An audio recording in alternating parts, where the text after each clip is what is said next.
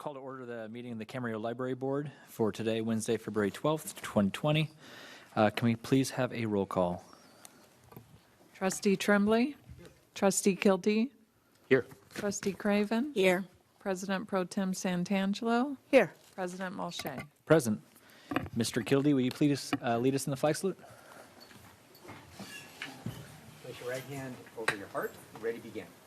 I pledge allegiance to the flag of the United States of America and to the republic for which it stands, one nation, under God, indivisible, with liberty and justice for all.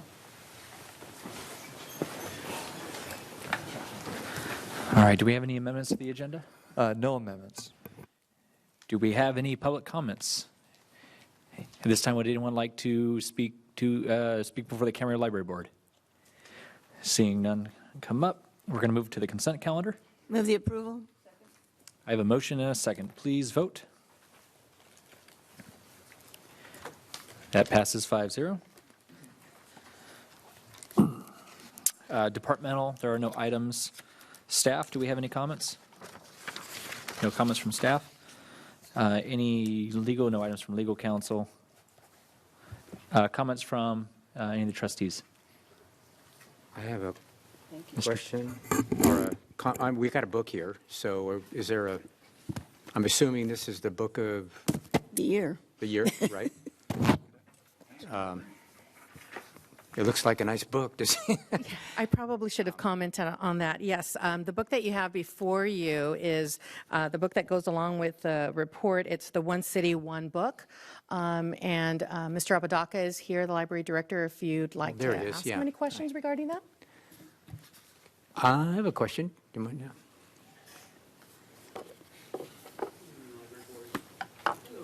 Let's turn on the mic. Mic check. Hi. Hi. Hi. Do you have anything to comment about? I'm not familiar with the book, so do you have any? I do, yes. So this year's selection, very proud to announce it's Kate Quinn's The Alice Network. Kate Quinn is a best-selling author. And to tell you a little bit about the book, it's historical fiction. It's a little bit lighter than some of the previous selections for Camarillo Reads, which is a positive thing, a little change of pace.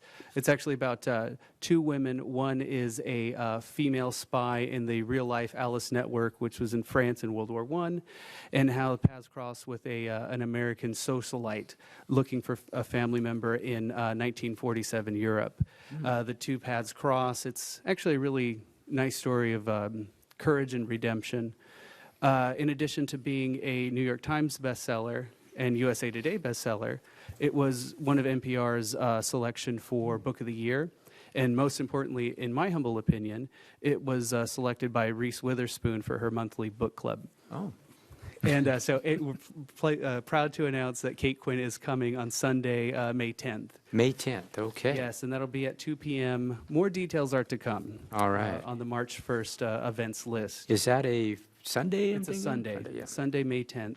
Mother's Day. Was that Mother's Day? Okay.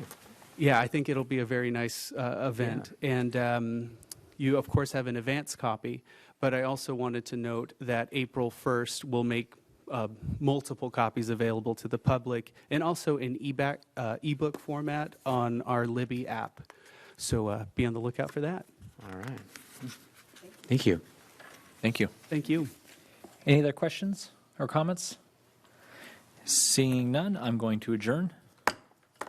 Call this meeting of the Camarillo Sanitary District to order. Ask the record to reflect that all board members are present. Are there any amendments to this agenda? No amendments. Public comments. I don't have any cards. Is there anyone who'd like to speak to the Camarillo Sanitary District Board about an item that's not on the agenda? Seeing no one come forward, we'll move on to the consent calendar. Move consent. Second. The motion and a second to approve the consent calendar, which consists of 2 items. Please vote. Motion, I can't see Susan's. If you voted yes, then it carries unanimously. Okay, thank you.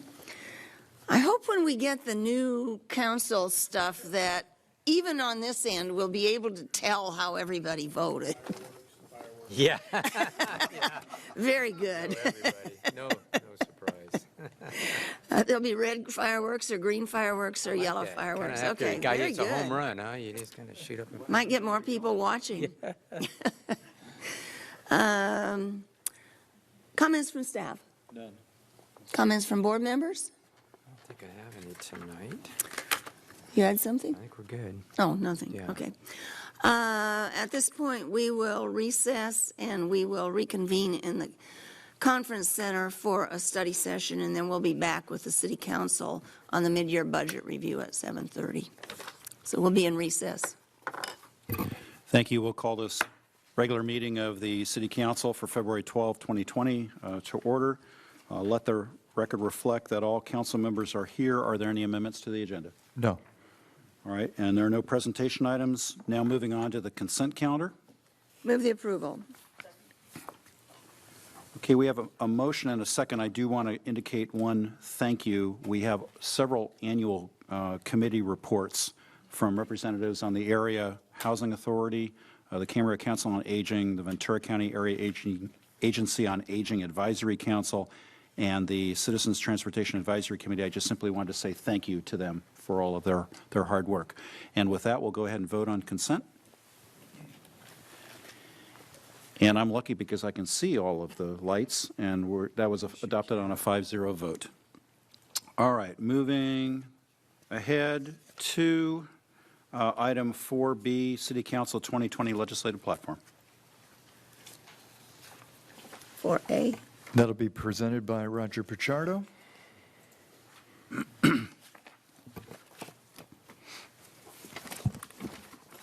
Good evening, Your Honor and council members. Good evening. On January 27th, the Policy Committee met and reviewed and updated the legislative platform. The platform is attached to your report with some red line changes, and the recommendations from city staff were considered by the committee. City staff plans to monitor federal and state legislation and administrative or regulatory proposals and take appropriate action when required in accordance with the adopted legislative platform to protect or advance the city's interests. Tonight's suggested action is to adopt the 2020 legislative platform, and as I mentioned, the red lines changes are actually on page 22, 25, and 26. On page 22, under Public Protection C, and then on page 25, under Resources and Environment, under Energy, and then on the last page, 26, Community Development, under letter A. So if you have any specific questions to those, I'd be more than happy to respond. Thank you, Mr. Pichardo. Any questions from any council members? I have one question, if you would. Mr. Kildee. On 26, Roger, the very first one, 5, oppose legislation that seeks to convert the regional housing needs process from a planning process to a production standard. Is that kind of the, okay, so we got local planning kind of thing. The production, is that kind of what's, kind of happening in Sacramento, that with increased production without necessarily planning for the production? Is that kind of what they're kind of driving at there? Well, right now what's going on, and I'll refer back to Senate Bill 50, which was actually killed on the Senate floor just before the January 31st deadline. What that bill was basically doing is basically the concept of that bill was to produce more housing. Now, right now, what we have is through the RENA process, I believe what we have to do is zone land for particular levels of housing. So that doesn't necessarily mean that housing is going to be built on those specific designated zones. But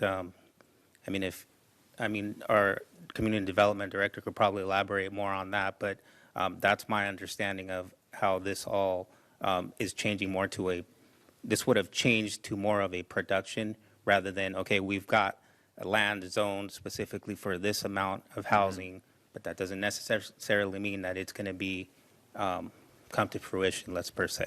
Okay. All right. It speaks. Any other questions? All right, do I hear a motion? Move to approve. All right, we have a motion and a second on the item, please vote. I have one comment. Oh, I'm sorry. Before Sorry, we go to it's not a question, but just a comment. I just want to say I wholeheartedly agree, and I appreciate the additions under energy on big page 25. I agree. Good, They're good additions. good, excellent. All right, let's go ahead and please vote. And that's adopted 5-0. We'll move to item B, which is policy 2.02, legislation and legislative matters, an amendment to that policy. Thank you, Mayor. The policy amendment before you adds a new section on legislative delegation. There are times when the City Council is needed to be represented in Sacramento or Washington, D.C., and it's just more efficient if we identify the legislative delegation ahead of time through policy so that we don't have to have that agreed to at a council meeting and go through that rigmarole. So this policy now identifies the policy committee as the city's legislative delegation for legislative matters requiring the city's physical lobbying presence before legislators or legislative staff. Thank you, Mr. Norman. Questions? Mr. Khalid. Yeah, I support this. However, what if it's something that's extremely urgent and one or two members of the policy committee cannot make that? Is there enough flexibility in that one of the rest of us can jump in and go if that's the case? At that point, the current members of the policy committee are the mayor and Mrs. Craven. If, for example, the policy were, the composition were to change and it did not include the mayor or the mayor pro tem or the vice mayor, then what I would, if I were still the city manager, I'd be calling on the mayor or the vice mayor to do the duty. So we don't have a fully worked out pecking order here, but you just have to have some flexibility and trust in your city manager to make the right call. So the city manager, his or her discretion, can maybe appoint somebody if they're not. Or just ask somebody to go. Just ask somebody to go. Yeah, I mean, someone's got to go, so just go. I mean, it can be that easy. I just want to make sure that the policy allows that flexibility. Yeah, yeah. Okay. All right. Mrs. Craven. Well, I was going to say that before we added this, and for the last year, since we did away with the legislative committee, we didn't have anybody designated to go. And so I think we fell behind last year sometimes because there was nobody designated to go and nobody even thought of it. So I think this is better than nothing. And if neither of the members of the policy committee can go, the mayor always has the discretion of appointing somebody and after the fact having that person approved. But that's by our policies, by another policy. Okay. And I wouldn't hesitate to ask somebody to go. All right, are there other questions? All right. Move the approval. Second. All right, we have a motion and a second. Please vote. And that's adopted on a 5-0 vote. Let's move to item 4C, and that's a new city council policy on food trucks. Thank you, Mayor. Jackie Lee will present this item. Thank you. Good evening, Mayor Tremblay and council members. The item before you is a proposed new city council policy to provide guidelines for food trucks to operate in the city of Camarillo. The municipal code is silent as it relates to the operation of food trucks. However, they are routinely permitted as part of a special event, such as the Camarillo Street Fair and Fiesta, the Throwback Thursdays at the Camarillo Ranch House, and sales events at the Camarillo Premium Outlets. Food trucks have also historically conducted business at active construction sites and business centers to serve employees where access to food is limited. Additionally, food delivery services such as pizza delivery and Uber Eats are also routinely allowed in the city. The proposed policy would solidify our past practices by setting forth the parameters in which food trucks would be allowed to operate in the city. Specifically, food trucks would be allowed as follows. As part of an approved special event permit on private residential property not requiring a special event, such as a wedding or a birthday party, on private property within active construction sites, and on private property in all industrial zones and the professional office zone to serve the employees on site and not to serve the general public. Other requirements in the proposed policy include that all food truck operators must have a property owner's authorization before they enter the property. They must have a current city business tax certificate, and they also must be in compliance with the Ventura County Health Division requirements. On January 27th, the Policy Committee reviewed the proposed food trucks policy and recommended approval to the City Council. The policy was also reviewed by Assistant City Attorney Don Davis. In conclusion, it is staff's recommendation that the City Council adopt the proposed food truck City Council policy. And that concludes staff's presentation. Are there questions from council members? Ms. Santangelo.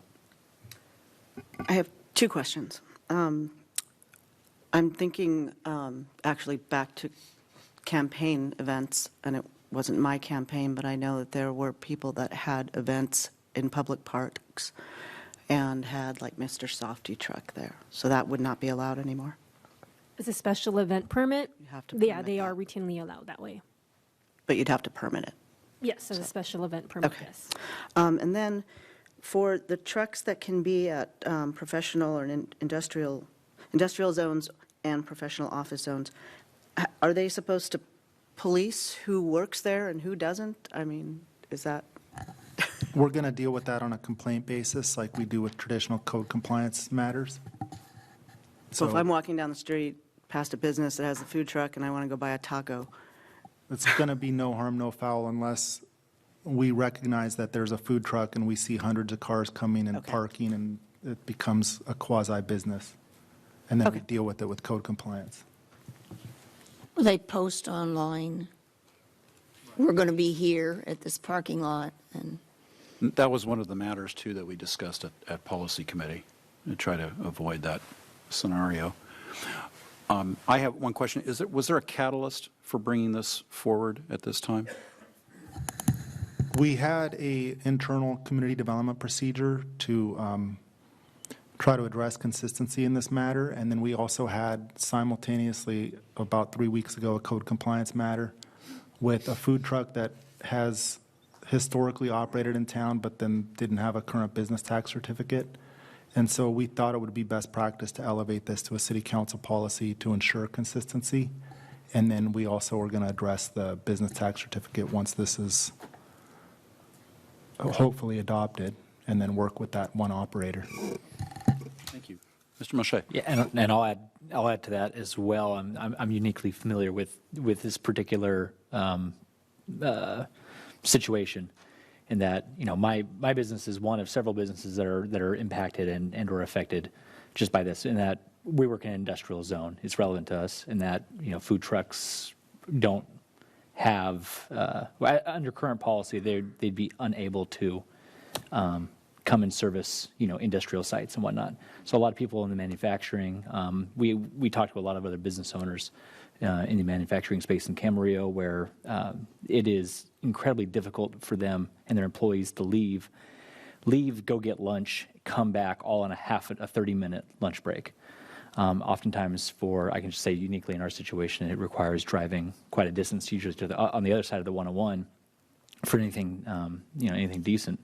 And just most of your time is spent just in transport. And so it really cuts down, and having something like this is uniquely valuable to a lot of business owners, particularly industrial. I did have a question That was, how does this affect, say, the roving ice cream truck? How is their business impacted by this, or how is this applicable to them?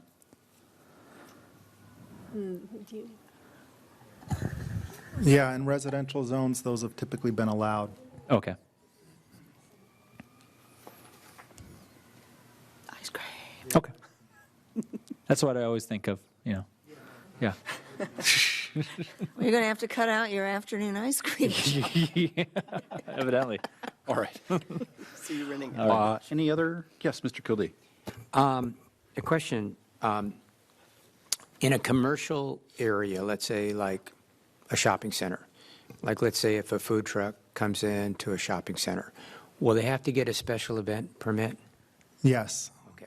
It would They have can- to be in they can do association that with a as long as special. they get a special event. It would permit be and in have association with a business special event. license and county, certification. Correct. Yeah. Yeah, so they the have to come in outlets, and get a special event permit. special event permit. Yes, Right. the outlets have been doing that the last, I'd say, 18 months. We've been working with them to have special event permits in association with large weekend sale events. Yeah. Or the holidays, and they've included some food trucks as part of those events.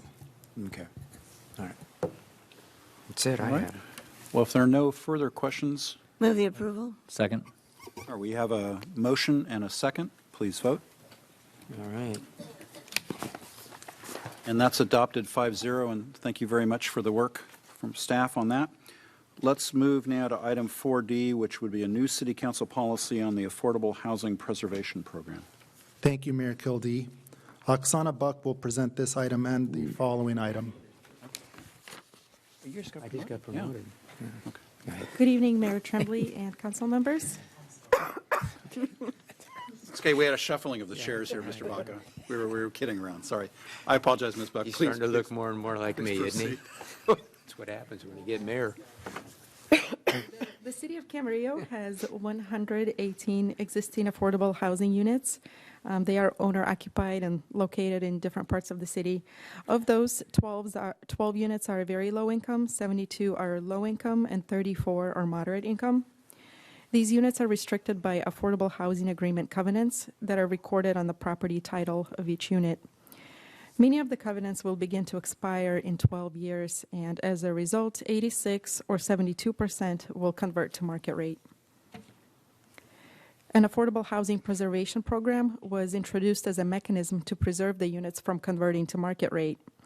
To implement the program, the city may purchase existing owner-occupied affordable units when they become available for purchase from the current homeowners, then update the affordable housing agreement, which would extend the term to 55 years and will reset with each future property transfer, and finally resell the unit to an eligible buyer and record the updated affordable housing agreement. In the past, the city preserved 3 affordable units through this process, and the city was recently notified of another unit becoming available for sale. A proposed city council policy will establish written guidelines for the Affordable Housing Preservation Program. The policy committee reviewed the proposed policy on January 27th and recommended approval to the city council. Specifically, this policy includes guidelines for the city's purchase of the existing affordable units, the guidelines for the resale of the units, affordable housing agreement criteria, interested parties list and selection of buyers, as well as qualification of buyers. And the suggested action is to adopt the City Council policy, Affordable Housing Preservation Program. And this concludes my presentation.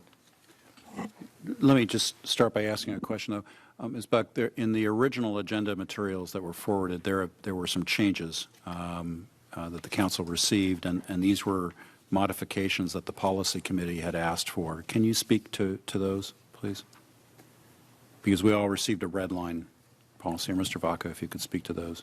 Yes, thank you very much, Mayor Tremblay. So there were some clarifications in the language that was used, indicating that the city will, and the clarification was updated in the red folder version. And then there was some numbering that needed to be adjusted, and that was further corrected.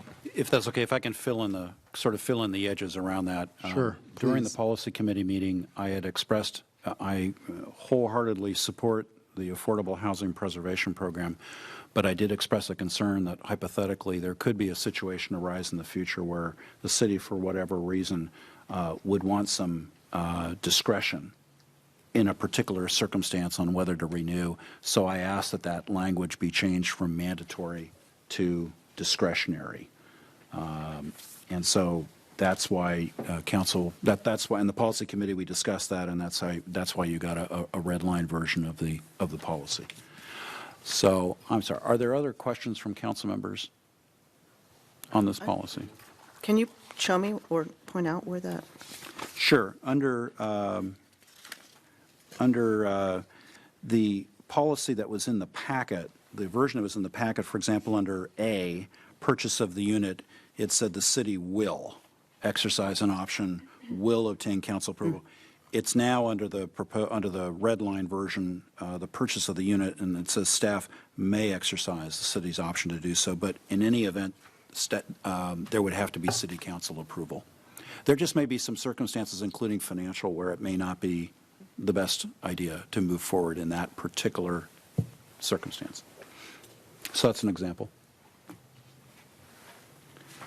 Are there any other questions? I have a question. Mr. Kildee. It's kind of a housekeeping. On page 3 on 1, exercise the option under the agreement to purchase the unit upon receipt of the owner's notice of intent to sell. Do we have the first right of refusal, if you will, on that? Yes, we do. We do. Okay. And then on page 4, down on 5C, property tax percentage as indicated on the most recent property tax bill, the owner actually pays the property tax on that unit. Is that right? Not the city? Correct. Yeah, okay. Okay. Those are just 2 housekeeping I had. Okay. Any other questions? Do I hear a motion? Move the approval. Second. All right, we have a motion and a second. Please vote. And that policy is adopted 5-0. Thank you to staff for working on that new policy for us. And we're going to next go to item 5E, which is a related item, new council policy for first-time homebuyer down payment assistance loan program. Mr. Vaca or Ms. Buck? Yes, as described in my previous presentation this evening, we have 118 owner-occupied affordable units in the city that are restricted to very low, and moderate income households. And these units, again, are restricted by the Affordable Housing Agreement covenants, many of which will begin to expire in 12 years. And the city may preserve some of those units through its Affordable Housing Preservation Program. As the city implements the housing preservation program, it also has an opportunity to introduce a first-time homebuyer down payment assistance loan program, which would be limited to households that are selected to purchase a unit under the preservation program. A proposed city council policy will establish written guidelines for the first-time homebuyer down payment assistance. The policy committee reviewed this policy on January 27th and recommended approval to City Council. But specifically, the council includes the following key terms for the down payment assistance. The assistance would be issued in the form of a 0% interest loan. The source of funding is limited to available grant funding, so no general fund would be used. It's limited to 5% of the purchase of the home. The loan term is 55 years with no payments due during this term.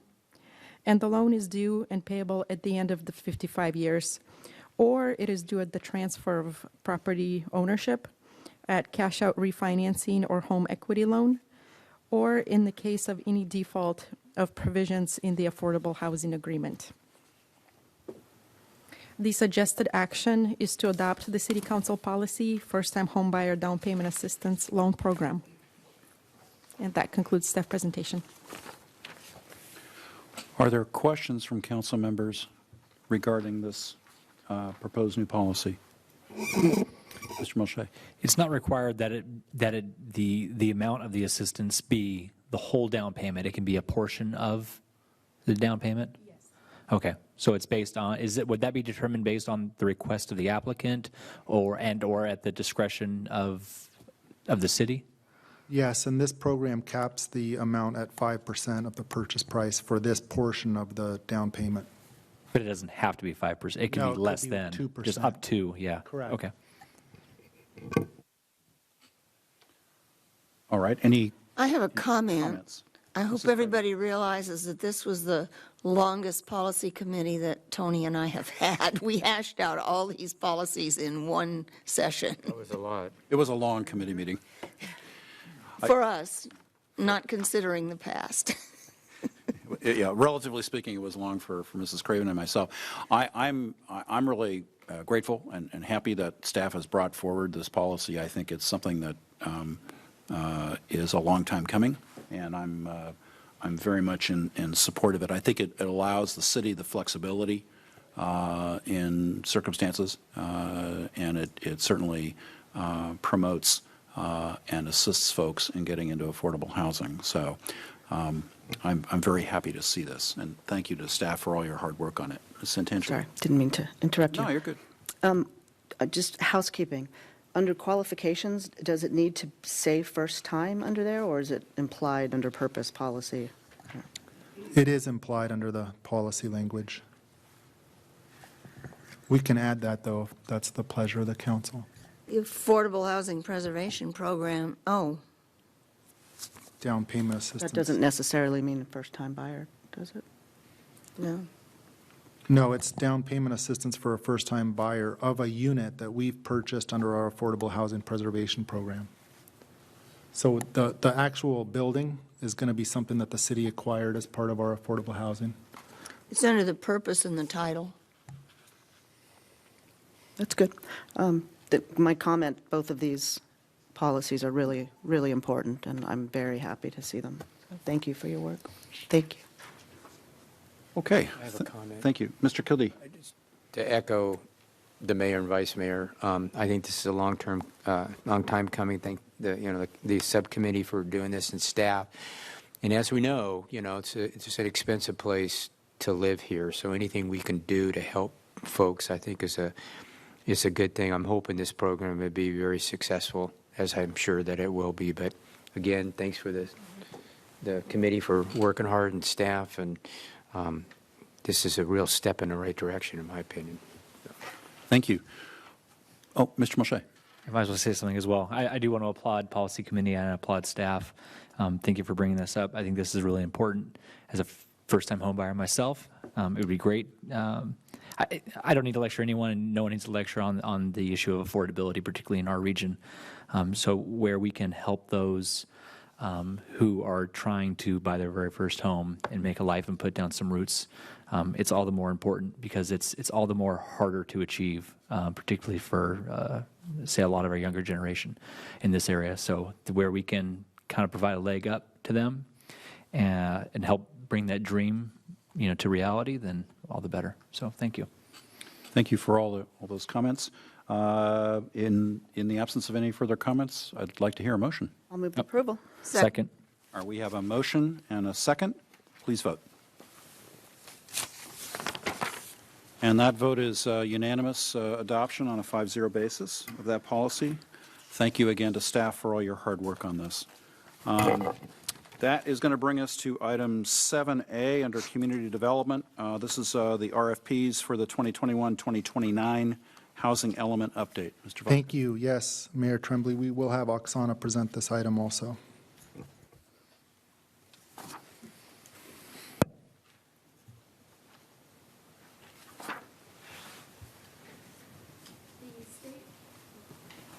Oh, what happened? There you go. Sorry.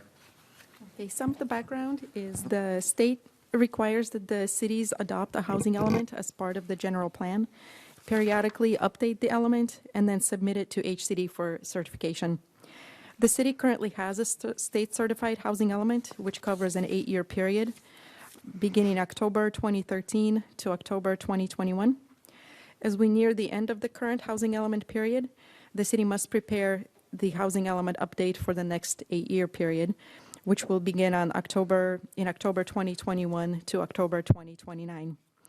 The deadline to adopt and submit the housing element update to HCD is October 15, 2021. In preparing for the upcoming update, staff has prepared a request for proposals to solicit proposals from planning firms to help with the update.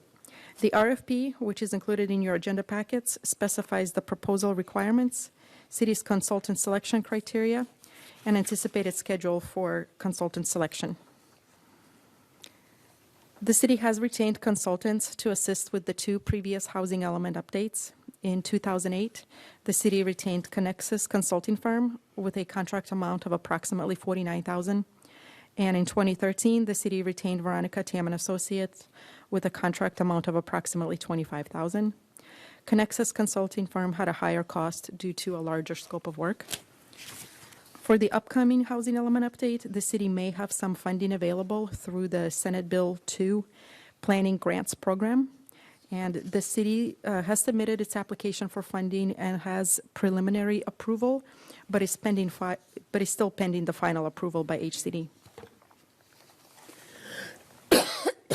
This is the anticipated schedule for the RFP. We anticipate issuing this on tomorrow on February 13th. I receive proposals by March 6th, review those by March 10th, and come back to City Council on March 25th with a recommendation for selection of the consultant. The suggested action is to authorize staff to issue a request for proposals for 2021-2029 housing element update. And that concludes staff presentation. Do council members have any questions? On this one. I just had one. The schedule is, I won't say aggressive, but it's certainly ambitious. Yes. Is staff confident that you can adhere to that schedule? We are confident. We will say the reason that we're putting this forward at such an early time frame is because we recognize that there's only a select few organizations or consulting firms that specialize in this type of land use planning and housing related topics. And we don't want to be in a situation where we're late and all of the consultants have full plates and they're not available to help us. Okay. So we're trying to push this forward in an early manner, anticipating that we actually will not start work on the housing element until next fiscal year. But we at least want to get through the RFP and have a consultant teed up and ready to go. All right. Okay. Any other questions, comments? Move the approval. Second. All right, we have a motion and a second. Please vote. All right, that is adopted on a 5-0 vote. Thank you again to Community Development. I don't know how long the water ordinance is going to take, but we have somebody in the audience on the chamber contract, which is the second one up. Would it be better to take it before we did the water ordinance? I'm happy. Without objection, we can go ahead and do that rather than have the member listen to the drip, drip, drip of a water. I couldn't help that. Okay. That's fine. Why don't we go ahead out of order? We'll go now then. Without objection, we'll go to item 9A, the Camarillo Chamber of Commerce Professional Services Agreement. Thank you. The item before you tonight then is consideration of a contract with the Chamber of Commerce for specific services related to economic development in Camarillo. George Winker will be reviewing the contract highlights with you, but I have a few remarks before he begins. George, as you know, began his extensive career with the city of Camarillo about 90 days ago, and in that time has taken the lead on efforts to implement the Economic Development Strategic Plan. And accordingly, the Chamber contract has been designed to assist George in that implementation. He has determined key areas for the Chamber's involvement, which would assist in our goal to become economically sustainable. We want the Chamber to concentrate their efforts in areas that will provide definite value to the city. The tasks for the focus areas were developed with an estimate of the time required for the task and the expected metrics and performance measures associated. The tasks, of course, are linked to the missions outlined in each of the focus areas. Ultimately, then, this contract is performance-driven. The contract does not include several items that were included in the last contract, such as extensive collection of statistical information and data, distribution of maps, promotion of city-sponsored events such as concerts in the park and fiesta, tourism promotion, provision of general business workshops, and business expos. And with that, I'll ask Mr. Winkler to provide an overview. Good evening, Mr. Winkler. Mayor Tremblay, council members, thank you for your time this evening in consideration of a professional services agreement with the Camarillo Chamber of Commerce. The scope of services presented to you tonight is in alignment with the Economic Development Strategic Plan. It takes into consideration the Chamber's strengths in event management and networking, as well as how other variables can play a role in the Camarillo's economic development strategy, including advances in technology, relationships with various community organizations, and an increase in staff with a focus on economic development and communications. The scope of services differs from past agreements by integrating metrics and performance measures tied to specific activities, which will be reported monthly by the Chamber to measure performance and the effectiveness of services. The scope of services was designed in a way that offers flexibility and allows for adaptation as our needs evolve during the implementation of the EDSP. So the first focus area of the EDSP addressed in the scope of services is existing business retention and expansion. During this initial phase of our EDSP implementation, we'd like the Chamber to support our needs by collecting accurate information from Camarillo businesses. We'd like to know which businesses require assistance, whether expanding or retracting, and connect them with the proper solutions. In addition to refining our data, we'd like the Chamber to continue supporting us in celebrating new and expanding businesses in Camarillo. Chambers are experts in ribbon-cutting ceremonies, and the proposed scope of services continues a relationship that guarantees these events are scheduled in coordination with the city to allow council members the opportunity to connect with local business owners. The second area of our EDSP addressed is entrepreneurial development. So as you know, Startups Ventura County is a weekend-long event that supports local entrepreneurship. But ultimately, we'd like to see the Chamber grow this into a year-round program that successfully incubates new businesses. The increased marketing and photography requirements could assist in enhancing Camarillo's reputation as a place that supports entrepreneurial ventures, specifically in ag tech, biotech, and Internet of Things technology. This proposal also expands the collaboration and promotion among local organizations, extends the duration of the event with additional mentoring prior to the event and meetings after the event, and requires quarterly updates on the status of those startups. The third focus area of the EDSP addressed is workforce development. It is critical that we bridge the gap between our workforce and local employers. To support this goal, we'd like the Chamber to conduct an annual job fair, which will help Camarillo residents and CSU Channel Islands alumni connect with Camarillo employment opportunities. The job fair would be a new request of the Chamber that will promote local employment and help us to connect with expanding businesses in Camarillo. Additionally, we'd like to continue supporting the annual luncheon featuring the president of CSU Channel Islands.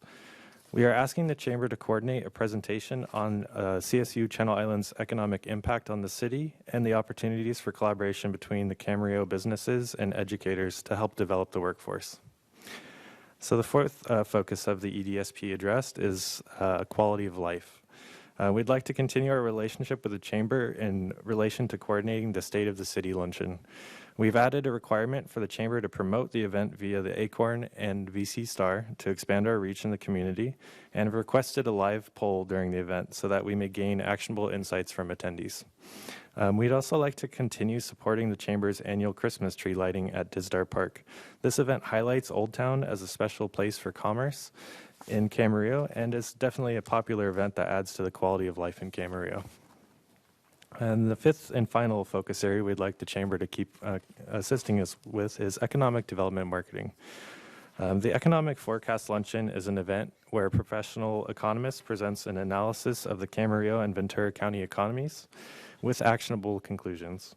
We've added a requirement for the Chamber to promote this event as well in the newspapers, and have requested a live poll during the event so that we can gain actionable insights that help us drive our economic development strategies and marketing in the future. The proposed annual compensation for this chamber services is $59,400. That concludes staff presentation, and as you mentioned, Gary Cushing is in the audience with us tonight for any questions. Questions from council members? Mr. Kildee. Yeah, my understanding, the old contract, I think, was 96.5, and this one, I think, is 59.4. So a couple twofold question. Does that mean less services that they're asking the chamber to do, or is it just a pivot and kind of a redirection of the services? And a comment I have, I think that annual job fair is a really good thing. Thank you. It is a pivoting of services. With the expansion of an economic development coordinator with the city and with new technologies, we're kind of reframing the way that we'd like to move forward with our economic development strategy. And as mentioned, we are highlighting this chamber's strengths in event management and networking events, because that's really where they add value in our plan the most. Okay. Mr. I Mulchay. think that's all I have, Your Honor. Sorry. Mr. Mulchay. Thank you, George. I do have a few questions for you. I have a question or two for Mr. Cushing as well, but I'll ask my questions to Mr. Cushing once everyone else has had a chance to ask you yours. The metrics, the data will be reported to the city every month by the chamber. Can we also include that update bi-monthly at our Economic Development Committee meetings, seeing that, these things are obviously very closely related, if not intertwined? Absolutely. Okay. I would ask that information be presented as part of the chamber's presentation as well. I think all this is really good. I just want to make a comment too. I think there's a pivot in the right direction. I had a question about the Christmas tree lighting at Disdar Park. Knowing that I don't know if it happens every year, knowing that the chamber and also the Camarillo Old Town Merchants Association, they tend to have the chamber has their tree lighting, Old Town Merchants tend to have their, I forget what you want to call it, but their holiday event out there at Studio Channel Islands. If there's a way to where they can work in tandem with one another, I don't know to the extent in which they do currently, and maybe there's be a, yeah. We have been co-branding the thing for the last 4 years. Okay. So what we did Mr. Cushing, originally, could you just identify yourself for the record? Thank you. Eric Cushing, CEO of the Camarillo Chamber. Thank you very much. Previously, before we started working together with the Old Town, we had food trucks with a special event there. So we eliminated those to push people down the street and coordinate so people go down the street. And I remember the first year we did it, I remember Vincent Boulevard Burger said, I ran out of hamburgers buns, because there was so many people. We get 600-700 people there, and we push them down to benefit the boulevard. So we've been doing that already. Okay. Excellent. I didn't know the extent at which, I know you guys usually had the events on the same night, but I didn't know to the extent at which you guys were. And the poster includes both things on it. Yeah, okay. So. I have one other question for you, Mr. Cushing, too, while you're up here. And for council who want to follow along. Big page 4, ribbon cuttings. I know that you guys offer ribbon cuttings for members, but in light of if we're giving you money also, is this something you would offer non-members of the chamber? In addition, so if a business started up and they wanted a ribbon cutting, is it you would still offer the ribbon cutting, even if they don't sign up as a member of the chamber? Well, how we built it in, what George built it in was for like 2 ribbon cuttings a month is what we're, because that's what he based the numbers on, wasn't it? And we do way more than that already. But this is basically for chamber members that are joining to meet the city, whoever represents the city for that. I'd be hard pressed to do that because this was just for 2, basically averaging 2 a month. And we do way more than that already. So, I mean, if we wanted to change it to, this is the basis for that, but if there's additional ones, then we would come back and bill the city for additional. Yeah, well, my only question is, I know you advertise ribbon cuttings as a benefit of chamber membership. Absolutely. So I'm just wondering if it's So that would be hard. if it's like double dipping, so to speak. No, I don't think it is. But the analogy I thought up was, and I always think of donuts. I'm pivoting from ice cream to donuts now. But I think a rolling pin. So if the city were to pay Rolling Pin to make apple fritters for their customers, but Rolling Pin's already going to make apple fritters for their customers because that's their market and that's what they sell to. Are we effectively, the question, are we effectively paying you guys for something you already do for your chamber members? You're paying us to coordinate with the city that we get the city council there and make it. Because we do them on Thursday afternoons because that's when the city council has establishes the best time to do it. But we push people to do that. So that's why we're saying coordinating on that time frame. So I don't think it's double dipping because we don't charge members for ribbon cutting. No, I know. No, I know you don't. It just, but I know you advertise that as a benefit of it being a chamber member. Yeah, if you could. Yeah, if you want to. But I mean, we have more members join than we have ribbon cuttings a year. So. Right.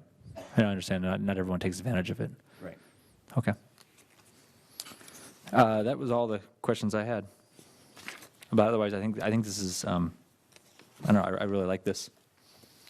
Do you have another question? I have a question, not for Gary, but for George. On page 5, it requires the chamber to provide quarterly updates, excuse me, on the status of the startups to the economic development manager, and so this is under entrepreneurial development. You will pass that status along to the city council members? Correct. Not just the economic development committee? Yes, that is absolutely correct. The goal, and there's a difference between monthly stats and these quarterly stats, and that's because I had actually mentioned this with Gary, and we would have liked monthly stats, but the comment was, not much changes every single month. That's significant in a startup. So we really wanted to kind of allow a little bit of freedom. So once a quarter, we would be updating on these. I would be happy to update. I just wanted you to know that we're always interested in what's happening with these startups. Great. I actually have some questions for you, George, if I can. On the first question is with regard to, I know this is a pivoting, and now you're taking on some of the work that the city asked the chamber to take on. Can you describe in general terms the work that you're taking on in your new role as our economic development coordinator that the chamber is no longer taking on? In general terms, sure. That's all I'm asking for, absolutely. in general terms. So we have 7 categories of economic development that we're currently working on. And of those, such as creating lists of businesses, creating basically a sheet of available vacant lots, things like that. We've already built a sheet of vacant lots that doesn't take any time at all. We've been able to talk to many providers that can handle the other aspects digitally. That will be very interesting to add to our assets that we provide to the city. Some other things are communication and marketing. So you may be kind of concerned about maybe visitors sort of information. We have the Visit Camarillo Association who does a very good job promoting Camarillo. We also are able to modify our website as that information, as we build that information. So that's just some general possibilities that you may be considering, but there's so many aspects of the economic development strategic plan. Perhaps Tully would like to add. Yeah, I think additional duties that George will be taking a look at will be reviewing items such as our vacancies, and so whether it's industrial or commercial, and then giving recommendations to City Council from a strategic perspective what we should be doing with those, and then how it impacts, in reality, our economic sustainability. And so as part of that as well, we'll be looking at what type of information and data do we need available for City Council to make that type of a determination. And so we'll be looking at some of the short-term aspects, the longer-term aspects, and then the other thing that we'll be getting involved with is building the relationships with a lot of the existing businesses, especially in the targeted businesses such as biotechnology and ag tech, biotech, and to see what else do we need to do to build some momentum around those industries to bring people in or to grow what we have. So George's focus will be on a lot of that, and he will need additional consulting support at some point because it's quite a tremendous workload. Okay, all right. Thank you for that. On big page 4, for the existing business retention and expansion, are those surveys going to be of all businesses, not just chamber members? That is correct. We will be providing the chamber with lists of businesses each month that we would like them to follow up on. So in terms of doing that, that would be something that would be that would be a diversity of businesses and a statistically significant number of businesses, correct? Absolutely. To be able to draw some inferences from. Okay.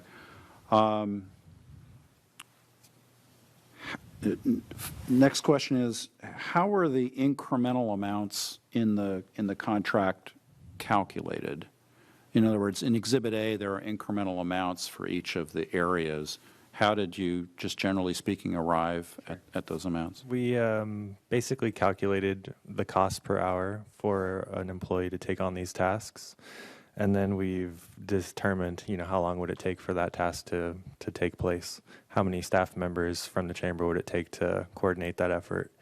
And that's pretty much how we came to those. And as part of the metrics exercise with regard to each of these areas, will that involve a timekeeping commitment by chamber staff? In other words, keeping track of the hours that they're spending on this? That is not part of this proposal. We are looking for metrics based on performance. Okay. But I'm to also surmise that the incremental amounts are based on what the estimate would be of the hours that are involved? Am I correct in thinking that?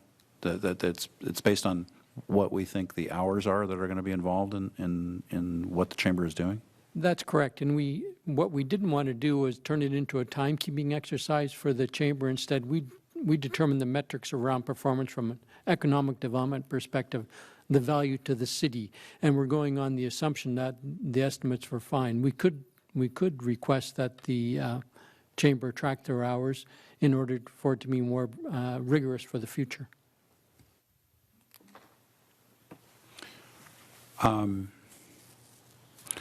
Okay, that's it as far as my questions are concerned. I do have a couple of comments. Ms. Santangelo.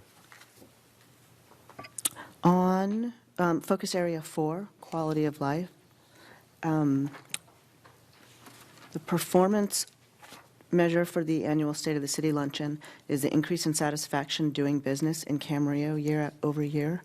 How is that assessed? So we will have a live poll, and so basically ask that question. So, Okay. yeah. I wasn't sure if that was related to the live poll. Okay. And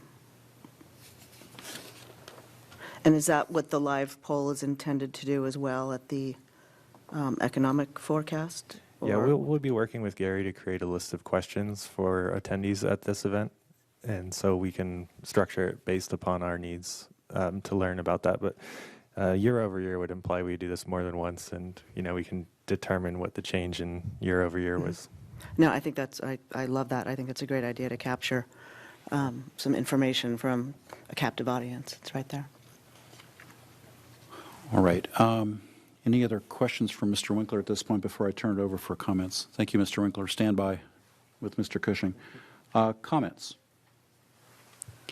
Well, I have one. I'm supportive of the contract. That said, there are a couple of things that I would like to see. I come from a profession where it's billable hours and you're keeping time. And part of the reason for that, I understand switching, I understand the metrics from an economic development perspective.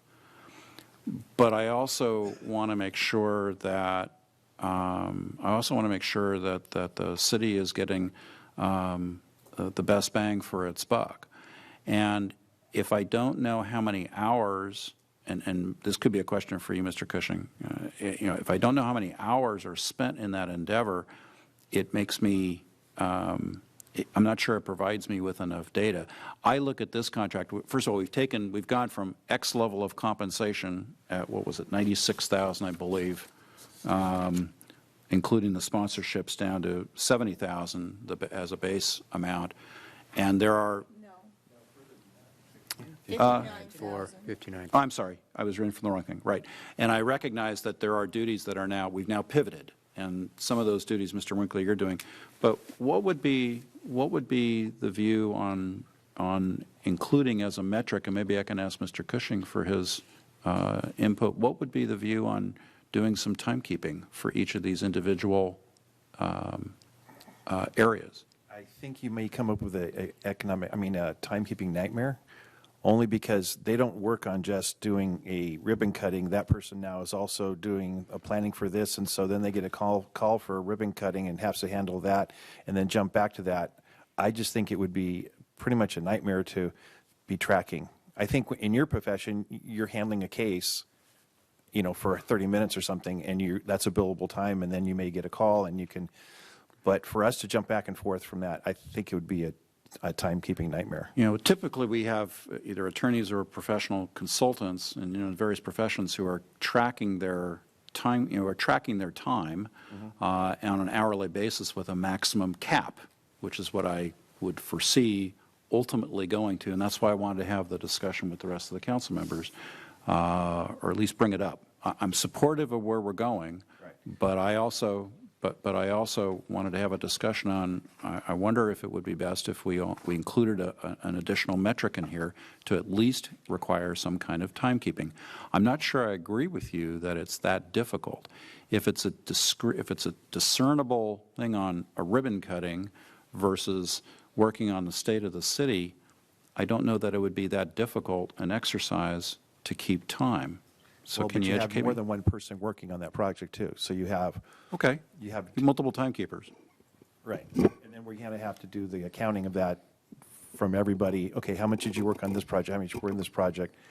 I just think it's going to be if that's what you want, we'll do the best we can at doing it. I don't know. I'm raising the question, and I don't know if the other council members are interested in doing that or not. But I'm just curious. But then, can I ask you a question, Tony?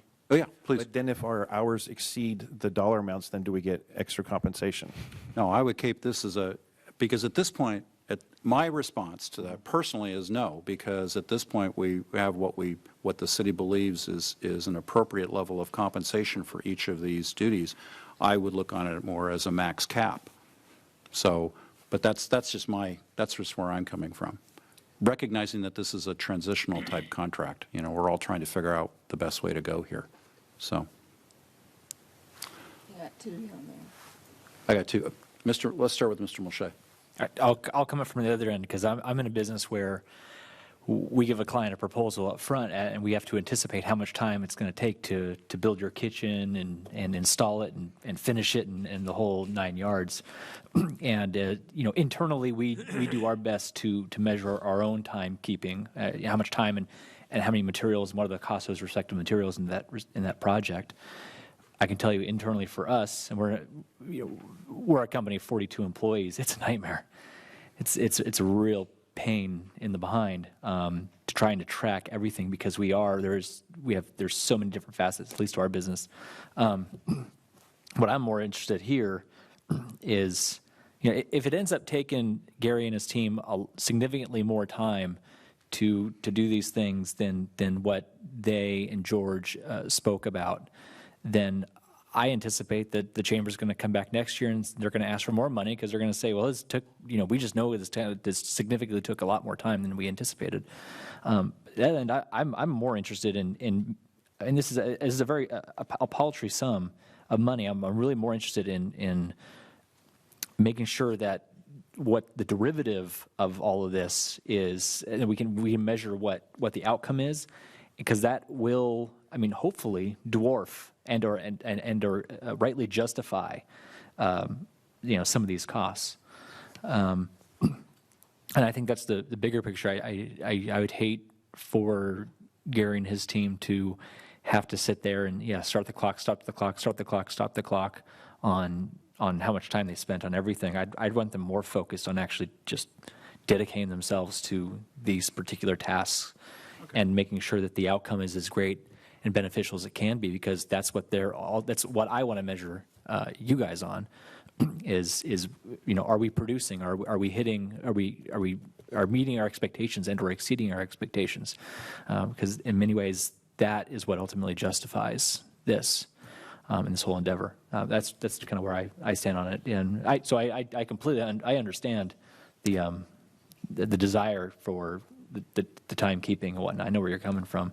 I just think it'd just be a headache, and I also just kind of question the reliability of that data, because it is so frenzied at times. So. No, and I understand that. I think the only nit that I would pick on that is, there's a distinction in my mind between production of an item versus a services contract, and this is principally the latter, right, as opposed to the former. So but that's why I wanted to hear your views on this, Ms. Santangelo. Two things. I think that keeping time could backfire on us, because if it does take them more time, they're going to ask for more money. So there is a risk in asking for timekeeping like that.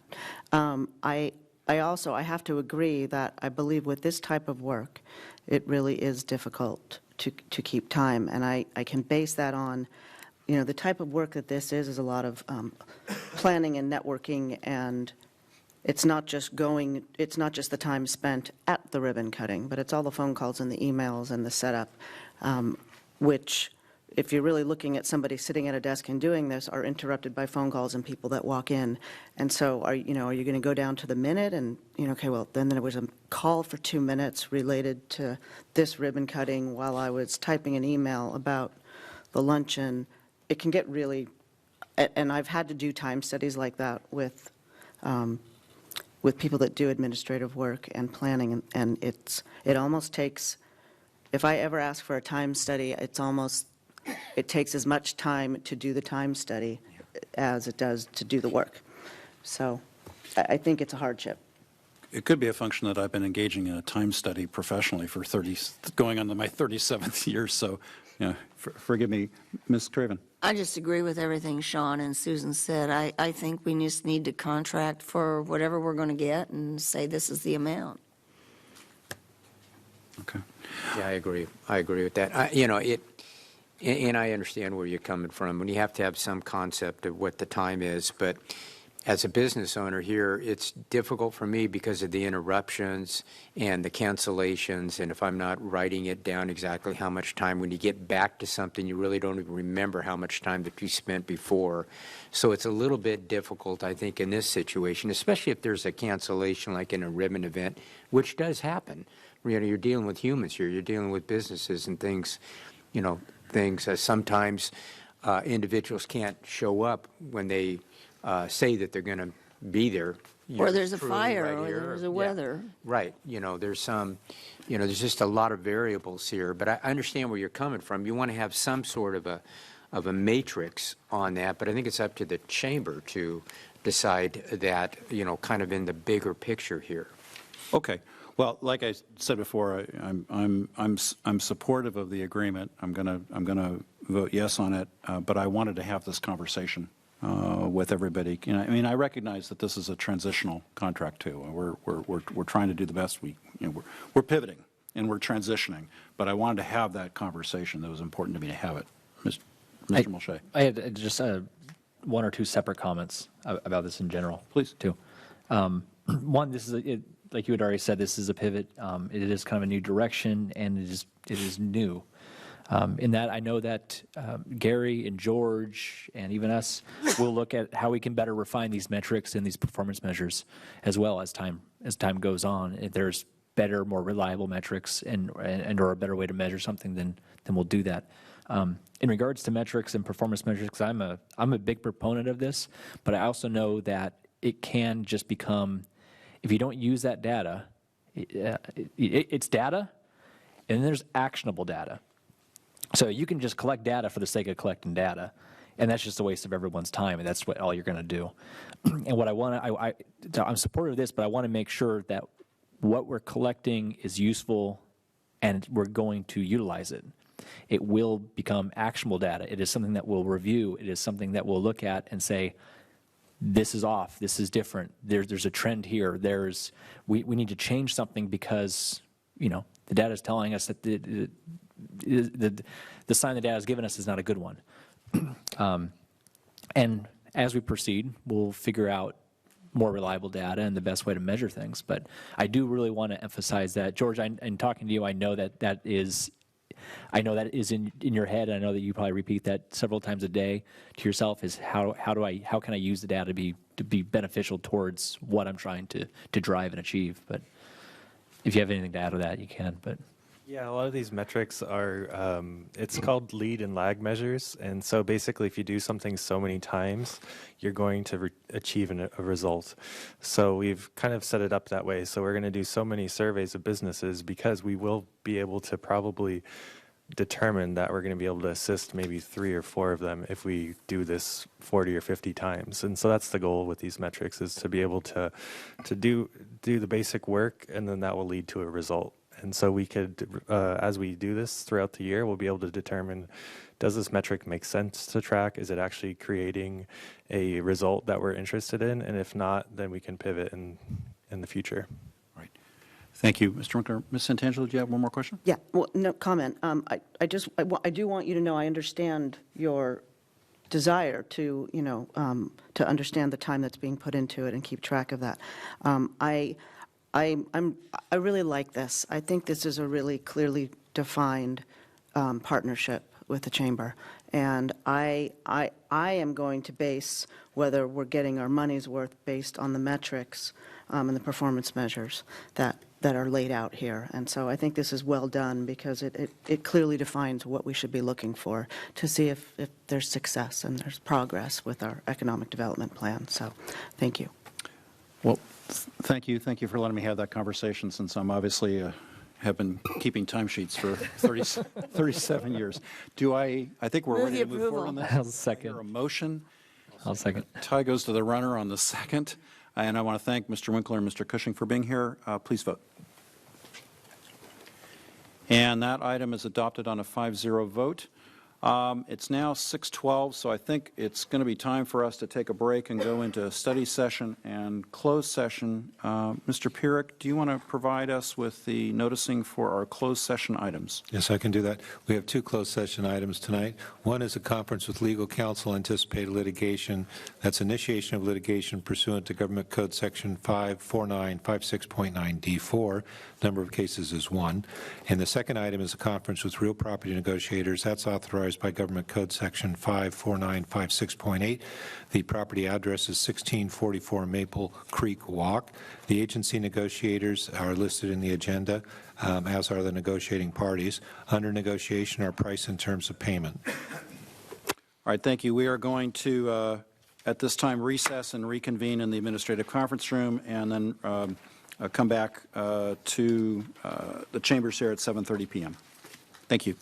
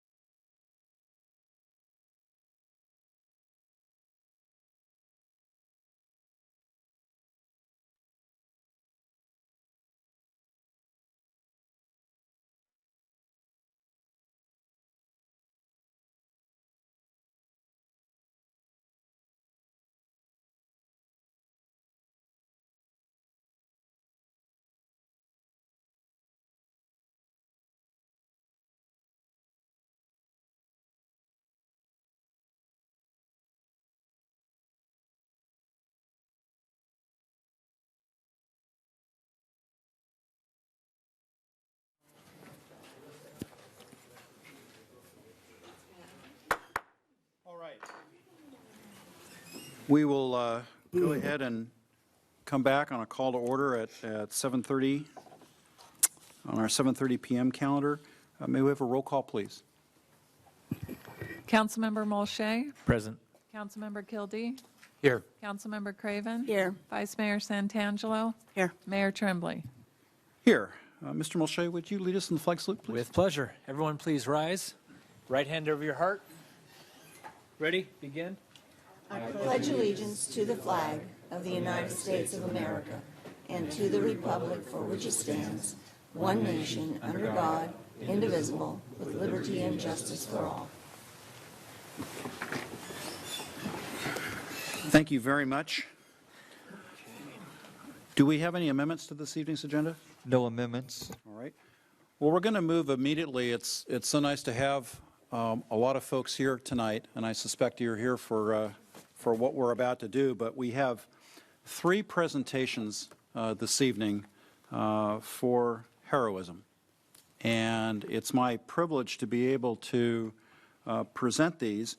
And do we have a microphone down there? What I'd like to do is move over to this side of the dais. Is that on? Yep. We'd like to welcome all of you here who are here for these presentations. But we have 3 presentations tonight for Daniel Gabry, Blake Cargnell, and Travis Salzberg. And I hope that I've pronounced your names correctly. If I haven't, you'll let me know, right? But I would like to have...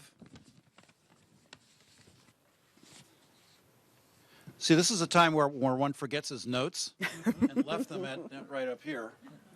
And now that I'll go get them. I would like to have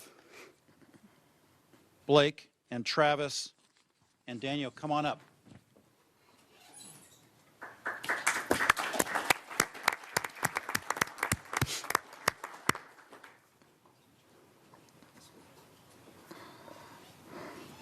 I'm going to read from a summary of what occurred and how all 3 of these, actually 2 different summaries, and how all 3 of these heroes went into action.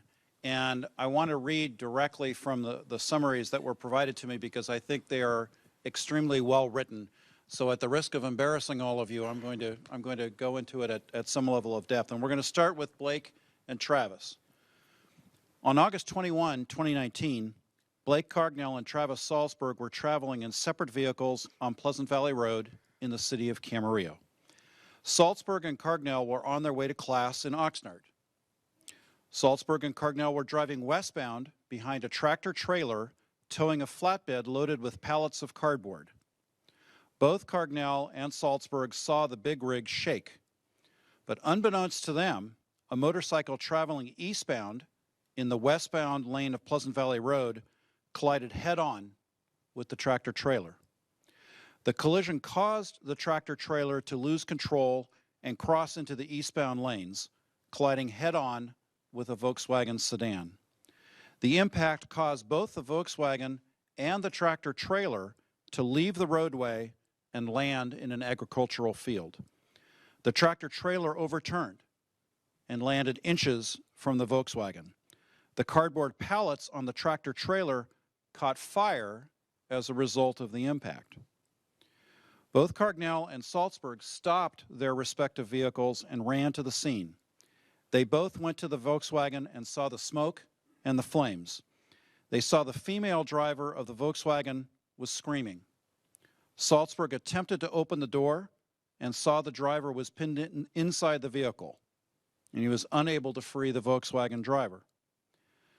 Mr. Salzberg, along with Mr. Cargnell, then went to check on the driver of the big rig. The driver was trapped inside the cab and unable to get out. With flames and smoke growing larger, Mr. Salzberg grabbed a large rock and broke out the front windshield of the big rig. Mr. Cargnell then kicked the window in and pulled it out with his hands in order to allow the driver to escape. Mr. Cargnell suffered minor cuts as a result. The driver of the Volkswagen was eventually freed by fire personnel and transported with serious injuries to hospital. The driver of the motorcycle was killed instantly, and the big rig driver escaped with no injuries.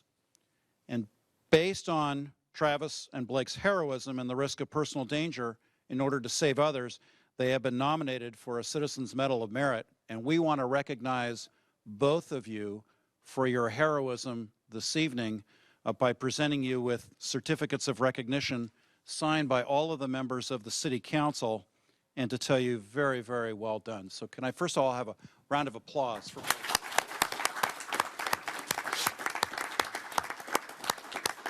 this certificate is for Blake. You're very welcome. And Travis, this certificate of recognition is for you. Thank you. We're not done yet. We're not done yet, not by a long shot. So we have that same accident. And we have a particularly heroic resident, Daniel Gabry. So the accident occurs, and I'm going to read from this summary. Hearing the accident's loud screeching noise from inside his home, Mr. Gabry ran outside and saw what happened. Rushing to put his shoes on, he then grabbed a portable fire extinguisher and ran to where the smoke was. He heard Ms. Rios' cries. Ms. Rios was the driver of the Volkswagen that had been in the accident, and he saw that she was pinned in her vehicle. After attempting to free her unsuccessfully, it also became apparent that a small extinguisher wasn't going to help. I know Mr. Gabry hollered at two bystanders who had just driven onto the scene. That would have been our heroes here.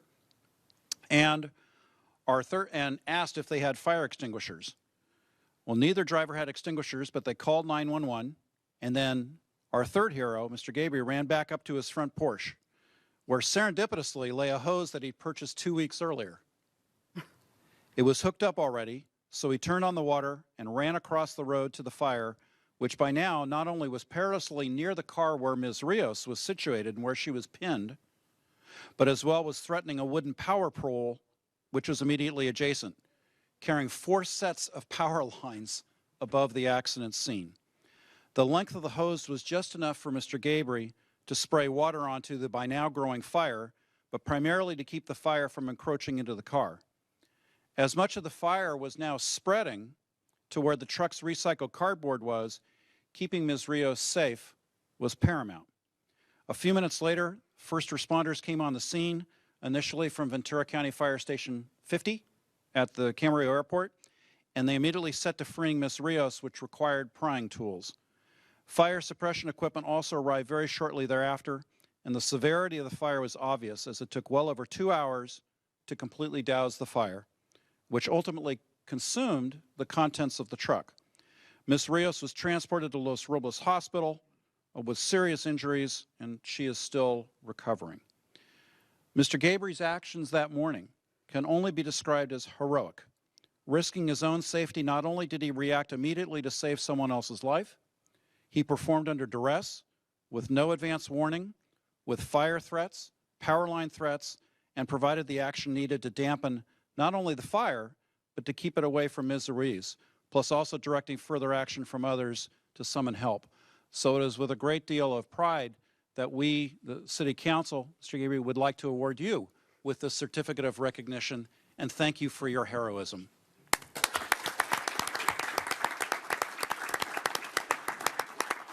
Would any of the three of you like to speak to the council and to the audience? Please feel free. I'm handing you the microphone. I don't know what to say.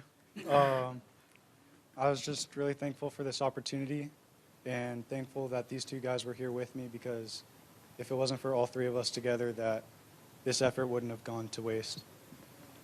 It's not just one or the other, it's all three working as a team to get the job done.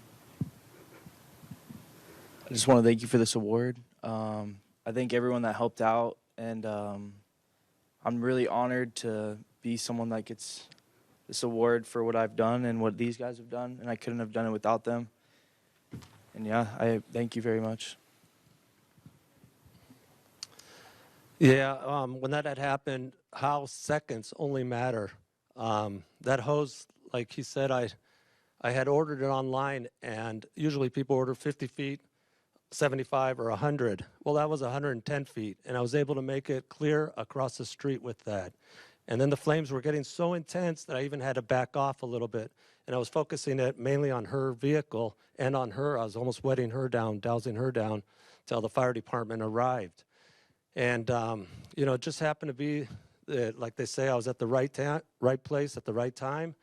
If it would have happened 10 feet either way of my house, I live out in a rural area out there in Camarillo, God forbid she wouldn't have lived, you know, because there would have been no way to get water there to her. And it started out as a flame only probably about 2 feet high, and within 2 minutes, it turned out to be, I mean, so intense that I had to back off. And so, you know, thank God that she's alive, and I keep in touch with her. And in fact, her parents send her to Tokyo now because it was a graduation gift. I think she left yesterday because she always wanted to see the Japanese culture. And so she's doing a lot, you know, really good. And I keep in touch with the family, and we're like family now. So, and the family's really grateful. Okay, thank you, and thank you for the award. You're very, very welcome. We are so privileged to have three heroes standing here, and we're very proud of what you have done. Any members of the City Council would like to be? Mr. Kildee. Yeah, and I'm sure others were too, but I was approached by Jim McCory. I think his wife Jill is here, but the least we could do, and that's what makes this community, we're a community here, and everybody cares about everybody else here, and that's what makes Camarillo what it is. But you three are amazing people. Total gratitude to what you did, and you embellish, I think, what humanity should be. So thank you so much for going out of your way and doing the right thing. And the families, too. Thanks for sharing them with us. Mrs. Craven. Yes, thank you for doing what everybody wishes they could do under duress. You stepped up and you performed, and thank you, and you did a great job. Mr. Mulchay. It's in the split moments like these that define one's character, and you guys not only passed the test, but with flying colors. Heroism is absolutely befitting of all three of you, and you know, by the grace of God, all three of you were just in there at that moment, at that place. It's just terrific what you guys did, and thank you for what you did. You know, I'm an old ER nurse, and for many years I trained medics and firefighter, paramedics, and EMTs, and part of that training was me riding along. So I have been the first on scene at some horrific accidents, and it's always there's something about walking up to an accident and see bystanders watching and thinking, why didn't somebody start CPR or help? So it doesn't happen all the time. So it really is a special thing when the three of you just stepped right in and started to help. And it's pretty amazing. I have seen, you know, some other incidents where bystanders did some pretty amazing things, but it doesn't happen all the time.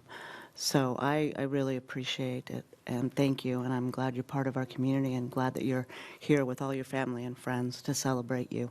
Thank you. Thank you again for your heroism and for bringing such credit to our community. It really is an honor to have you here this evening. Could I just get one last round of applause for all three?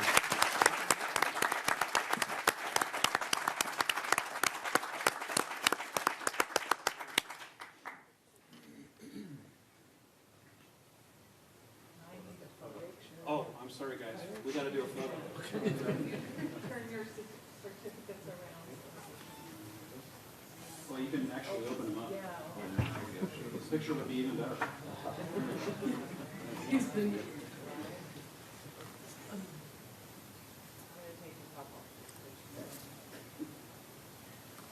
you go.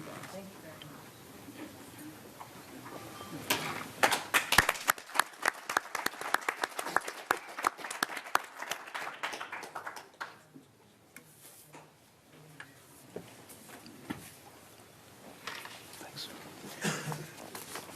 And you're all very welcome to stay around this evening. We have a really scintillating mid-year budget review presentation ahead that's going to take us into many hours.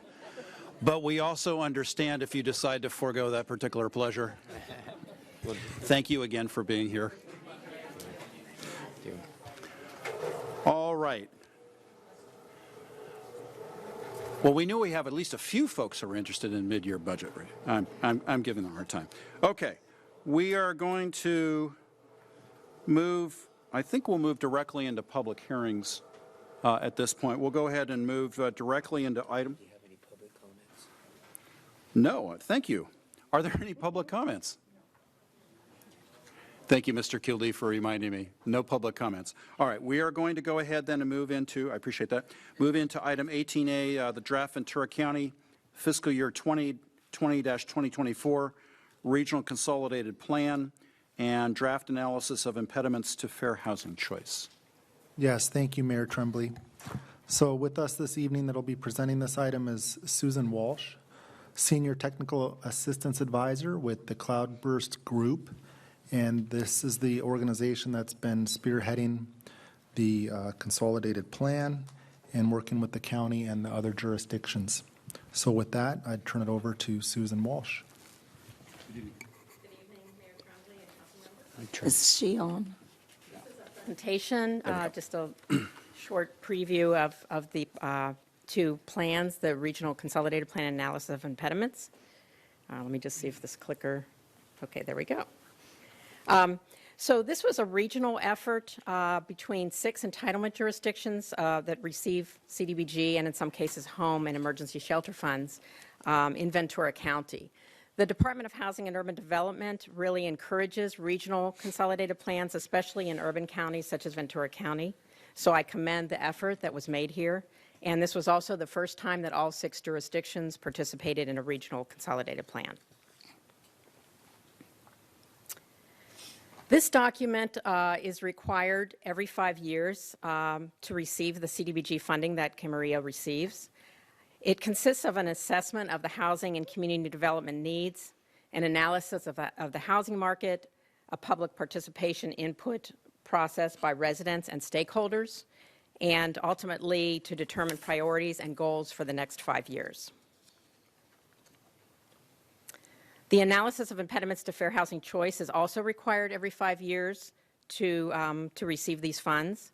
And it determines progress on past impediments identified. It also determines what current impediments exist and then outlines recommendations to address these impediments. The public participation process that was conducted was very robust and very comprehensive.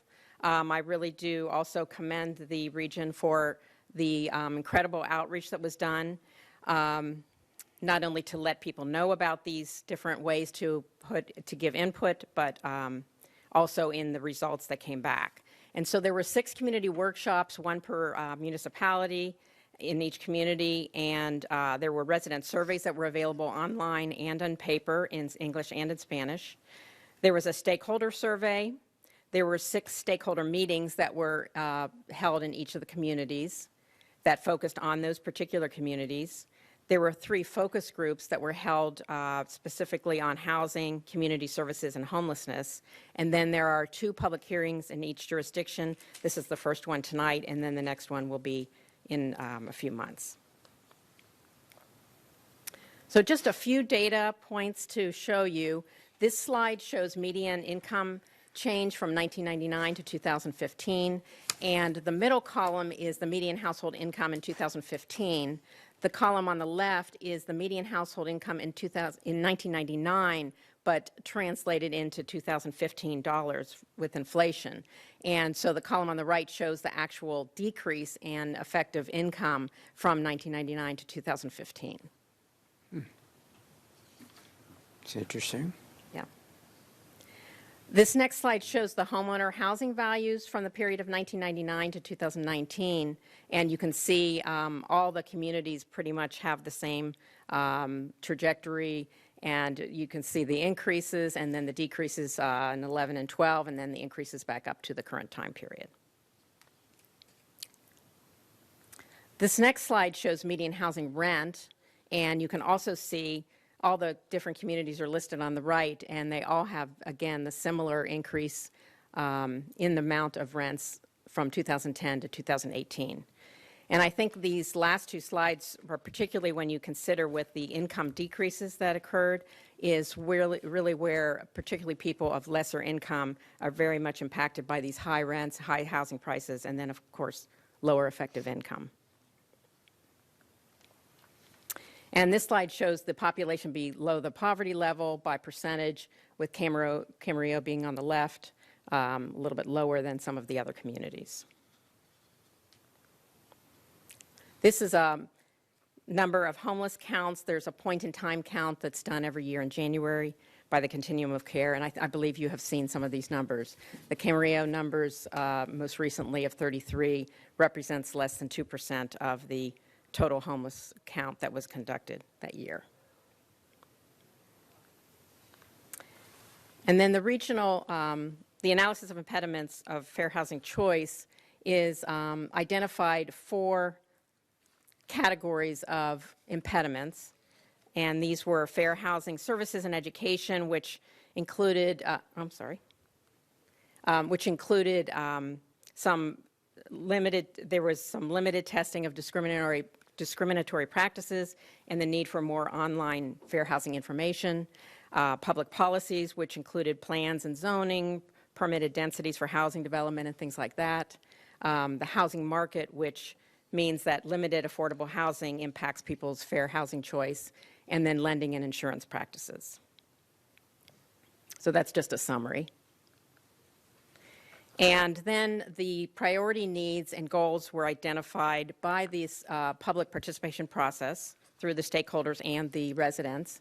And so for Camarillo, there were it's just got a mind of its own. There were 7 high priority needs identified and 8 lower priority needs. What this means is that high priority needs can be funded with the CDBG funds. The lower priority needs probably would not be funded with CDBG funds. However, again, it depends on the actual allocations, and we'll look at this next. We have an estimate, but of course the actual allocations could be either less or more than what are expected. And there were 6 regional goals that were identified. The ones that are bolded are the ones that were recommended for Camarillo, and you can see these 4. So create and preserve stable, safe, and resilient affordable housing opportunities, increase access to health and wellness services, youth activities, senior activities, and social service activities, work alongside the Ventura Continuum of Care to end homelessness within Ventura County, and then create and maintain effective housing and community development programs. So this is a chart that just shows those 4 goals on the left, and then the 5 years of anticipated CDBG funds for the city, and the percent of allocation. You can see for goal 3 and 4, those are both considered public services, and there is a limit of 15% of using CDBG funds for public services, so those do total the maximum that can be spent on public services. So suggested action is just to receive and file the draft Ventura County Regional Consolidated Plan and draft analysis of impediments of fair housing choice. There's no further action needed. Thank you very much. Before I open this up for public hearing, do we have questions of Ms. Walsh? Mr. Kildee.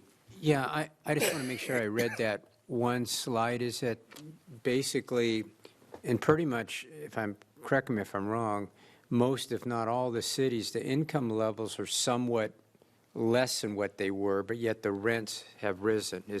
Did I read that right? That's correct. In just about every city, if not every city? Yes. Okay. Absolutely. Okay. Other questions? Thank you very much. Please stick around. Okay. I'm going to go ahead and since this is a public hearing item, go ahead and open public hearing on this item. Are there any speaker cards? All right, with that, I'll go ahead and close the public hearing. Any additional questions of Ms. Walsh? Mrs. Craig. I thought that the presentation was very interesting. It certainly contained a lot of information that wasn't in our packets. Is it possible to get the city clerk a copy of your presentation so she can distribute it to the council members? Oh, yeah, I'm sure. Yeah. Thank you.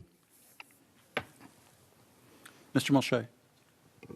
To follow up on Mrs. Craven's comment, this presentation will be made available online for the public as well? Okay. Ms. Santangelo? So I spent a lot of time reading the report, the plan, and then the AI, and it's really, really interesting, actually, and I love that there's so much data in it that is just really eye-opening, and it also, it opened my eyes to some of the real challenges of fair housing that are right here in our own backyard that we might not really be aware of. So I just, I think it was really well done and thorough, and plan to go back and look at it again. But thank you for the good presentation, and this represents a lot of work. And so it's just really well done and really important information for us. Thank you. All right. Well, with that, can I hear a motion? Move to receive and file. Second. Withdraw. All right. We have a motion and a second. Please vote. And that's approved on a 5-0 vote. Thank you very much. That gets us to, we're going to go to departmental, to the mid-year budget report, jointly with the sanitary district. So I will reopen the Camarillo Sanitary District Board meeting. thank you very much.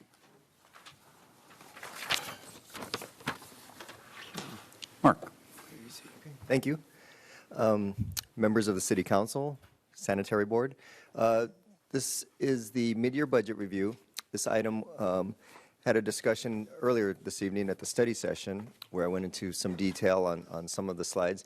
I'm going to be summarizing it here for purposes of this action. And the recommended action is to receive the mid-year budget review report and then to authorize the suggested changes to the budget.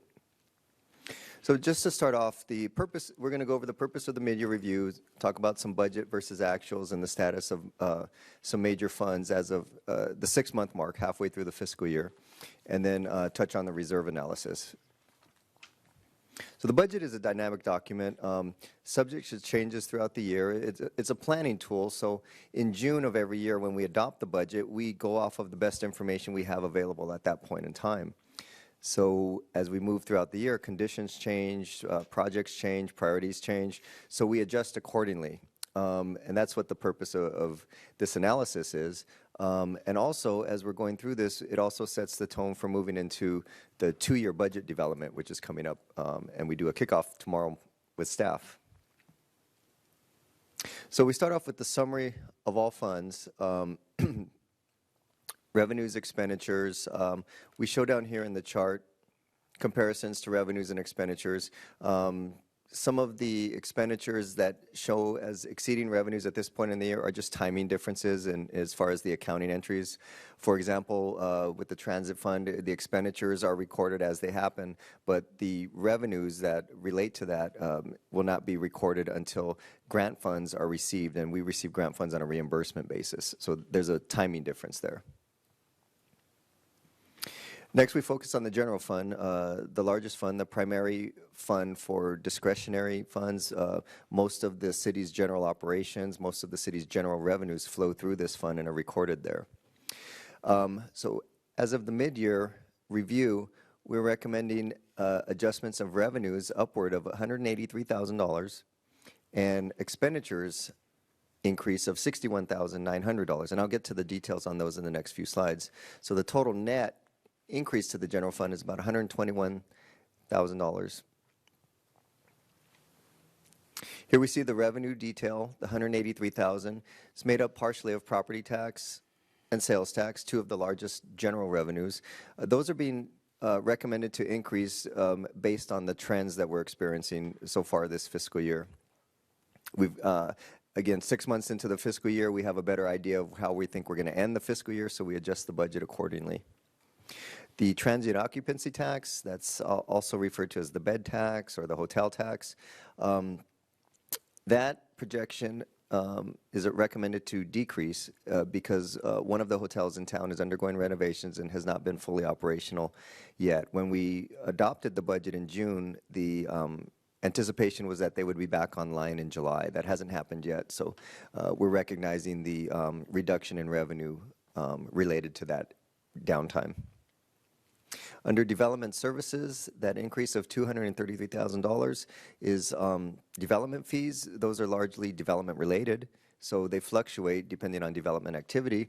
What we do is at the time of the budget adoption, we plan for projects, and then at the 6-year mark when we do the analysis, we have better information at that time. We know which projects have actually happened or which projects may have come online or have started that were not planned for, and vice versa. So we adjust accordingly, and at this point in time, we think that the development activity has increased more than projected originally, so we're recognizing or requesting another $233,000 in revenues. Down under the other revenues and sources, there's a recommended increase of $85,000. That is primarily investment income, interest earnings, and part of it is also a library grant that has revenues are being recognized that were not anticipated at the time we adopted the budget. And you'll see the corresponding expenditures, grant related, on the next slide when we talk about general fund expenditures. So for general fund expenditures, 2 adjustments, only one in the Human Resources Division, $15,000 increase. That's to pay for the city manager recruitment process that will be happening. That, again, was not planned for when we adopted the budget. And under the library operations, that $46,000 increase is to recognize the activities that will be grant funded. So on the previous slide, we saw the revenue increase. This is the corresponding expenditure increase because the grant program will be funded with grant funds. So that completed the general fund. Then we moved to a couple of the major funds. The capital projects funds, by nature, capital projects can fluctuate. Activity fluctuates. We adopt a CIP budget in June, and then as projects either happen or get postponed or priorities change, we adjust accordingly. And there are no adjustments recommended at this point of the year. We'll be holding a CIP study session on April 22nd where we'll be getting into a lot more detail on each of the projects. Under the solid waste fund, we have a couple of adjustments here. Again, this is just to reflect the trend in the activity on what we see as far as the rubbish revenues coming in. And there's a corresponding expenditure going out because the way we operate with our trash hauler contract is the city does the billing for the rubbish collection, but then we turn around and it's almost a pass-through. We turn around and pay the trash rubbish hauler contract. In the transit fund, we have no adjustments recommended. Transit, as I talked about in study session, there are some timing differences going on as far as the accounting entries, but at this point in time, the operations are going as planned according to budget. Under the water funds, the recommended adjustments looks like some really large numbers there. Again, as explained in the study session, that's a confluence of accounting entries. The basic story here is that it's all related to the desalter project. And the story is that when we adopted the budget in June, we had an estimated cost of the project and a related bond issuance that was projected. Then in July, when we awarded the contract, it came in about $3 million lower.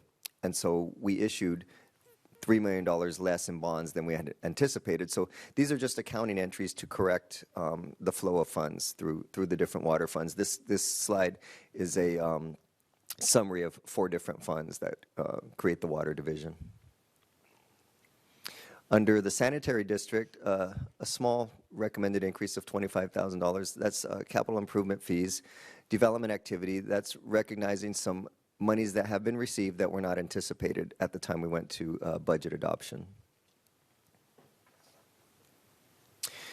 There were a couple of other recommended adjustments to other smaller funds. The first 2, TDA Article 8, TDA Article 3, are allocations that we receive.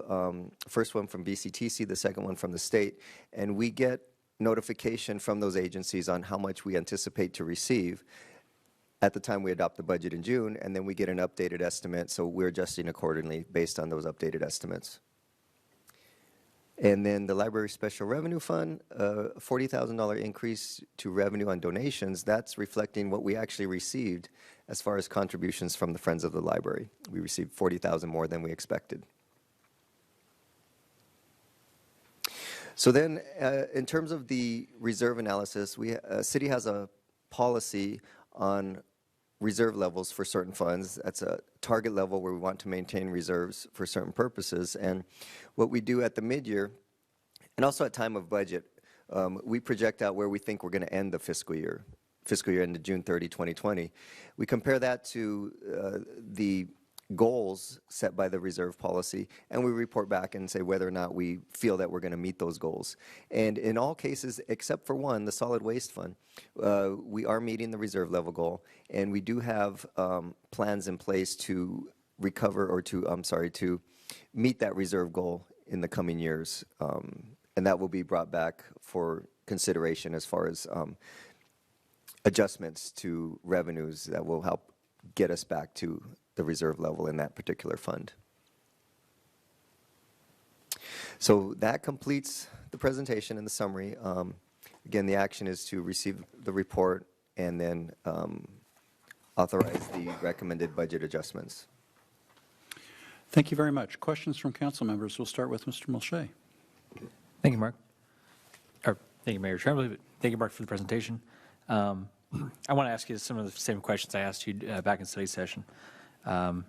Three in particular. In regards to the desalter, slide 11, under the water fund, and this question would go to Mr. Klotzel as well, but there have been no significant change orders or anything that results in any unanticipated expenses or large expenses that weren't part of the original budget. Is that right? Everything's effectively on track? That's correct. To date, everything's on track. Cool. Slide 6 for the transient occupancy tax. Apart from the hotel not coming online, occupancy rates otherwise have been stable? Correct. All right, and that's in line with what our expectations were? Correct. Okay. And then overall, we have not delayed, discontinued, or pushed into the next fiscal year any projects or initiatives that were originally anticipated to occur in this fiscal year in order to offset any unrelated escalation in expenses anywhere else in the budget. That is also correct. Okay. Cool. Thank you very much. Thank you. Mr. Kildee. Yeah. If you put your crystal ball on a little bit, Mark, in the next 5 months, can we expect any other significant changes or changes per se that you can? At this point, we don't anticipate any other significant changes. We did this analysis, and with the timing of presenting reports, there's maybe a couple of weeks since we last looked at this, but in that time frame, nothing else has come to light to cause us to maybe consider other significant adjustments. But as I mentioned, this is kind of a dynamic document. It evolves throughout the fiscal year as conditions change, as priorities change, as other items come up that maybe we hadn't planned for. We do adjust accordingly throughout the year. Okay, thank you. Mrs. Craven. I don't have a question. I just have a comment. It's a good report. Thank you. And it's always good to see that the city is in good financial shape. Thank you. All right. I think a couple of questions were asked that I was going to ask, so I think I'm good. Do we thank you again for a very complete report? Do I hear a motion? Move to approve the fiscal year 2019-20 mid-year budget report and authorize the city manager to adjust the fiscal year 2019-20 budget and make the necessary appropriations. I'll second it. I'll withdraw. Getting close to baseball season, we have a lot of ties tonight. Okay. All right. With the motion, a second, please vote. Okay. All right, and that item is adopted on a 5-0. And for the sanitary district, is there a motion? I'll move to approve the FY 1920 mid-year budget report and authorize the district manager to adjust the FY 2019-20 budget, make necessary appropriations. And I'll second. There's a motion and a second. Please vote. I think that's unanimous if Susan voted for it. Otherwise, she'd have a split vote. It is, and I do want to say one other thing, too. I think I used the adjective scintillating earlier this evening, but that was only with tongue partially in cheek. That said, this is, I meant it, and this involves an awful lot of work by the Finance Department, and we are deeply appreciative for it. And the way that the report has been laid out and explained, I think, brings great credit on the Finance Department. So thank you again for a job well done. And with that, I'll close the Sanitary District meeting. Sorry, I didn't let you do that, Mrs. Craven. Okay. Well, we're going to stay on course here with the council agenda, and that we're going to come back to item 8A, City Attorney, and this is relative to the ordinance amending and restating Camarillo Municipal Code, Chapter 3.35 on water charges. Yes, thank you. The state legislature adopted SB 998 last year. It requires the city to change its procedures with regard to disconnecting residential water service for failure to pay a water charge. The proposed ordinance before you addresses these changes in state law and makes other revisions to update Chapter 3.35 to reflect appropriate regulations for water service in the city, consistent with state law. The council may recall that this ordinance was previously presented to you at your meeting on January 8th of 2020, and at that time, the council directed that certain revisions be made to the proposed ordinance. Those 3 revisions are identified in the agenda report. They include section 3.35.010D, which is found at big page 14. That makes reference to the fact that the residential water accounts and billing disputes are addressed in what was adopted as City Council Policy 9.03, the residential water service disconnection. The second change is to section 3.35020A6. That is at big page 15, and that one references section 3.35080 as governing the disconnection of residential water accounts. And then the final change is found on page 19, big page 19. That is the addition of section 3.35090, which incorporates the Water Shutoff Protection Act, which is SB 998, and the Health and Safety Code. And what we basically provide here is that that code, or that act rather, is, as it may be amended from time to time, are incorporated by reference, and that in the event of any conflict between the provisions of the act and the chapter, the act will control. This is something that's sometimes referred to as a savings clause, so in the event that for some reason in the ordinance it's inconsistent with state law, that state law would control. You heard earlier this evening in a study session about a savings clause in connection with ADUs, so it's the same concept there. And then the final change in section 3.35090 is to recite the fact that the city has adopted policy 9.03, and that was done on at your meeting on January 29th. So the suggested action would be to request a reading of the title of the ordinance, and then hopefully waive further reading and introduce an ordinance amending and restating Camarillo Municipal Code, Chapter 3.35 on water charges. And I'm available to answer any questions. Thank you, Mr. Pierik. Do any members of the council have questions? Mrs. Craven. Yes, and some of these are really small, and I apologize for not asking them ahead of time, because sometimes I think we can solve things without doing it here, but my household's been hectic for the last 10 days, and so I'm doing it here. And usually I go through the red line, but tonight I'm on the Exhibit A, page 9, big page 9. And down at the bottom there is C, and in the third line, or in number 1, it says service will be disconnected if payment has not been received or arrangements made to pay. If payment is not made within the specified time as identified above. And so I was just wondering what that is. And I looked up, and at the top of the page, there's number 2, and in the third line, it says the 21st day following billing. Is that what this in C1 is talking about? Yes. Okay.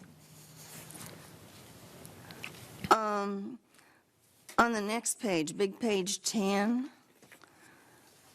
I would suggest, because every place else it talks about a director or a designee, at the very end of 10, I would suggest we add or designee after finance director. I'm sorry, I'm on big page 10. Where are you referring? Big page 10, D at the top, last line of D. Oh, and after finance director, say, or designee? Yes. We can certainly do that.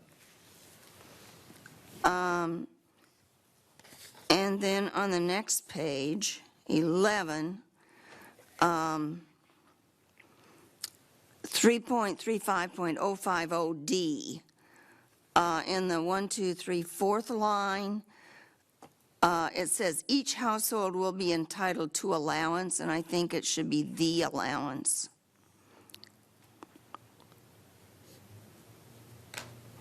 So, Or an allowance or something other than allowance. we could insert the word "the," so it could be entitled to the allowance. Yeah, I mean, that. Yes.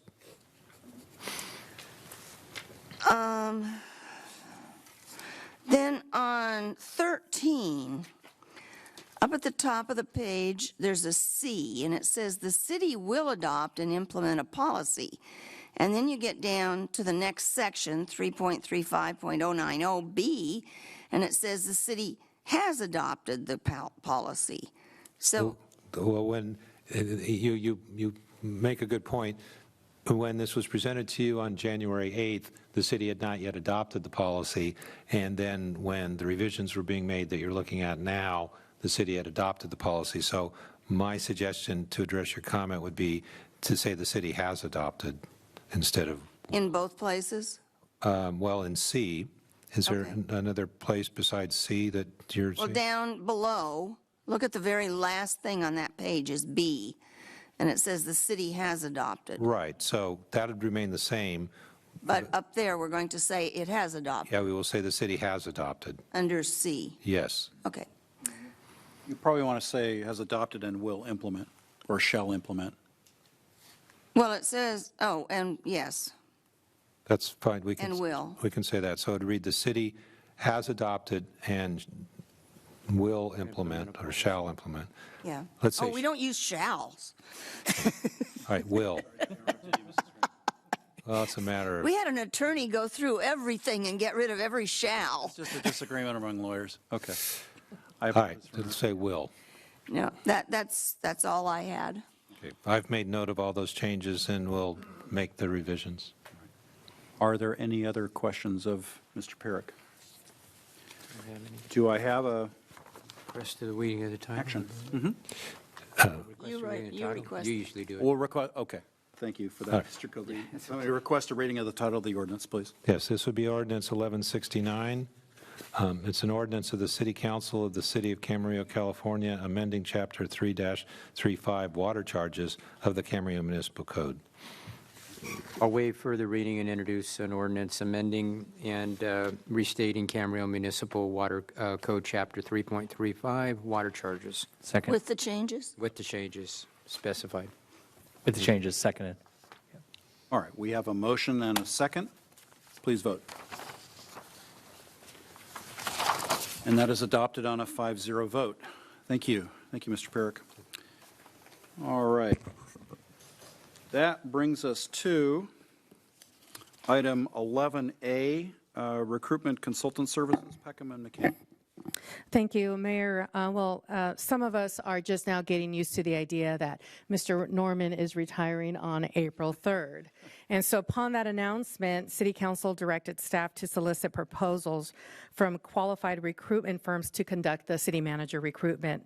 Staff prepared and emailed a letter requesting proposals from 9 firms, and 4 firms responded. The summary of those proposals is in the attached matrix on big page 8 of the report. Staff is recommending the selection of Peckham and McKenney based on the experience of the firm, their experience with city manager level recruitments, experience of the assigned project manager, the length of the proposed recruitment, scope of work, and the contract cost. In just the last 5 years, Peckham and McKenney has conducted 58 city manager searches nationwide, 43 of those in California. Some of those include contract cities similar to the size and the services provided by the city of Camarillo. Ms. Bobby Peckham is the project manager on this recruitment, and she has been the president of the firm for the last 16 years and has more than 32 years experience overall in executive recruitments. The contract award is for $25,000, which includes professional services and normal and expected expenses for this type of recruitment at this level, such as advertising, partial background checks on recommended candidates, full background check on the selected finalists, consultants' travel, and other clerical and administrative expenses. This recruitment is expected to be approximately 12 to 14 weeks with a goal to hire and seat the new city manager on or before July 1, 2020. And just as a reminder that a community survey was sent out on January 31st and is open until February 14th, with the question being, what attributes would you like the City Council to consider in developing the candidate profile for the city manager recruitment?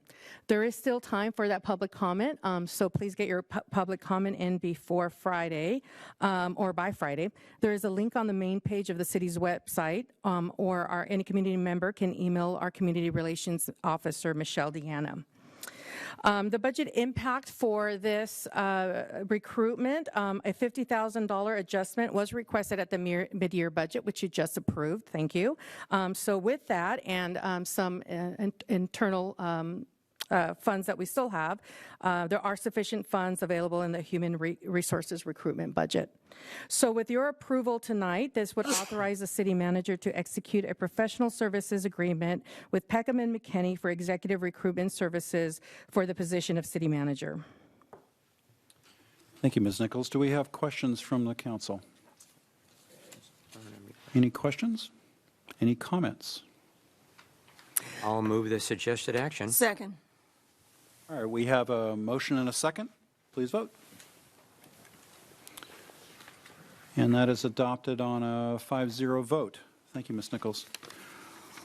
All right.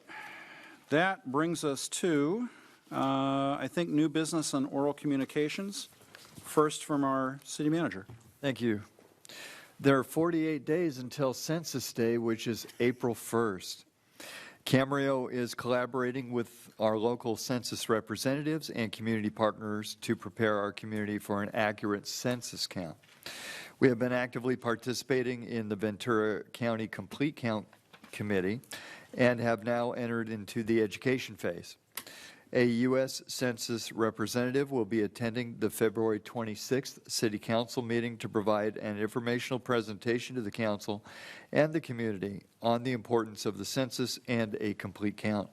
Currently, we are pushing out the messaging on our Facebook page, through the City Scene newsletter, the government channel, and marquee sign. We have developed a census-specific web page that can be accessed from our Hot Topics page on the city's website. We participate in monthly coordination meetings with the local government subcommittee and public relations committees to ensure that we are all sharing consistent messages with the community. We requested and received an $11,000 grant from the Ventura County Complete Count Committee. The funds will be used for outreach materials, including utility billing inserts that will be mailed out in March to all Camarillo households. The grant will also cover the cost of 4 question assistance kiosks that will be located throughout Camarillo, one in City Hall, another at the Senior Center, and a couple at the Camarillo Library. And the grant will also cover about 20 to 30 hours of Spanish translation services that we will be providing at the Camarillo Library kiosks on designated days during the month of April. And that schedule is still to be determined. But we're well on top of the census. It's really important that especially in California, complete counts are made. Significant money is apportioned based on per capita, and getting those census counts correct is really important to receive a lot of federal funding. That concludes my report. Thank you, Mr. Norman. Mr. Pierick, anything to report? Nothing to report tonight. All right, why don't we go to comments from council members? Who would like to start? Mr. Mulchay. It was a brisk 2 weeks.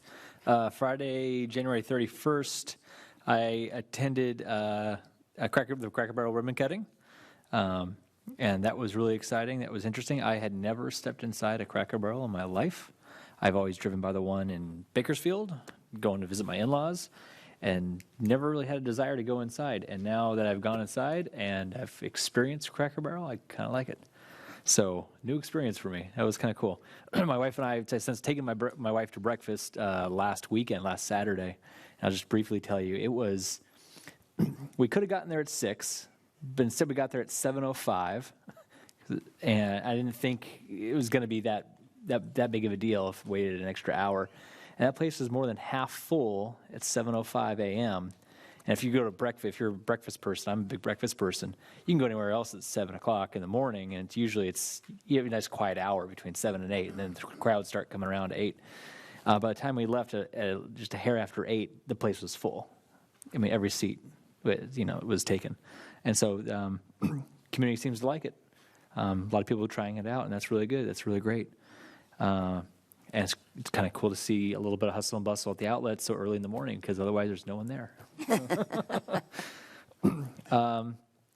Wednesday, February 5th, I attended a council goal-setting meeting at the Camarillo Library with all of you folks. That was really good, and I anticipate that those goals will be restated back to us, I think, at the following council meeting. Is that what we anticipate? Yeah, okay. And in terms of attendance, that's all I really attended. I had 2 questions, and one was, I know the homeless count was recently conducted. Do we know when the results from that would likely, when do we anticipate the results? He had 33 up there. Home count? It looks like that's a question for Chief Tennyson, who's approaching the podium. We don't expect the results to be back for about 60 days, the final results. Oh, okay. All right, 60 days. And then on the topic of Cracker Barrel opening over at the outlets, I mean, this is a question for Joe, without divulging too much, but have we seen in the last year, have we seen an uptick of any interest on those other 2 remaining pads out at the outlets?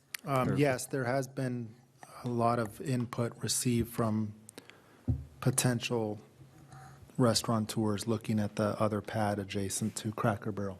Okay, so we don't have any official information to share with the public at this time, but there's a lot of inquiries and a lot of interest. So that's good. Okay. That's all I got. Thank you. Madam Vice Mayor? Okay. Sorry, I should have had my paper ready. Okay, for meetings attended, February 5th, I was at the goals meeting for council. February 6th, I was at the CPA board, which I will come back to. On January 31st, I was at the Cracker Barrel ribbon cutting, and then sort of related to city on February 6th with Mayor Tremblay, I was at the Miracle League of 805 fundraiser. It's their 3rd fundraiser, and it looks like they're very, very, very close to having the location for their field. So cross your fingers. On February 8th, I was at a Ventura County Women's Political Council honoring Hannah Beth Jackson for her many years of service as a state senator, because she will be terming out. So it was nice to honor her. And on February 10th, I was a judge in the speech contest for Amber's Light Lions Club, and their subject matter was homelessness and solutions. So it was really interesting to hear from 2 of them were freshmen in high school, and 1 was a senior. I think it's just great to hear young people's perspective on our problems. So that was really kind of cool. And the winner gets to move on to a regional contest. So circling back to CPA, I would like to request that we get on the agenda soon, if somebody will agree, to discuss our current default level. And the reason being is at our last meeting, first of all, the process to change the city default level was passed as a policy. Prior to this, there was no policy. And in order to change it in this year, we will have to notify CPA by April 1st, if we choose to do so, for changes that will occur in October. After 2020, we will have to notify CPA by January 1st. And then there will be you can only change your default level once every 2 years.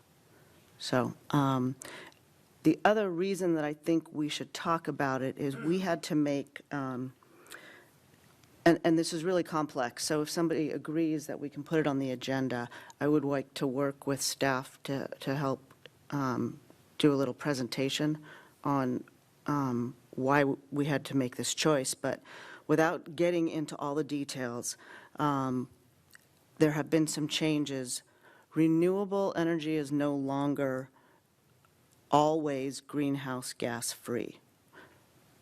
So you can still be using renewable energy, but still have greenhouse gas emissions.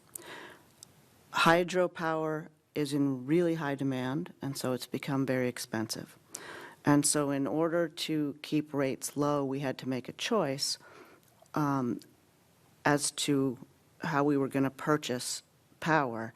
And one option to keep greenhouse gas emissions lower would be to use nuclear, and there was a commitment made by CPA and agreed upon unanimously that that wasn't going to be the option. So this is very complicated, but just at the lean power product, which is our default, our greenhouse gas emissions were 196.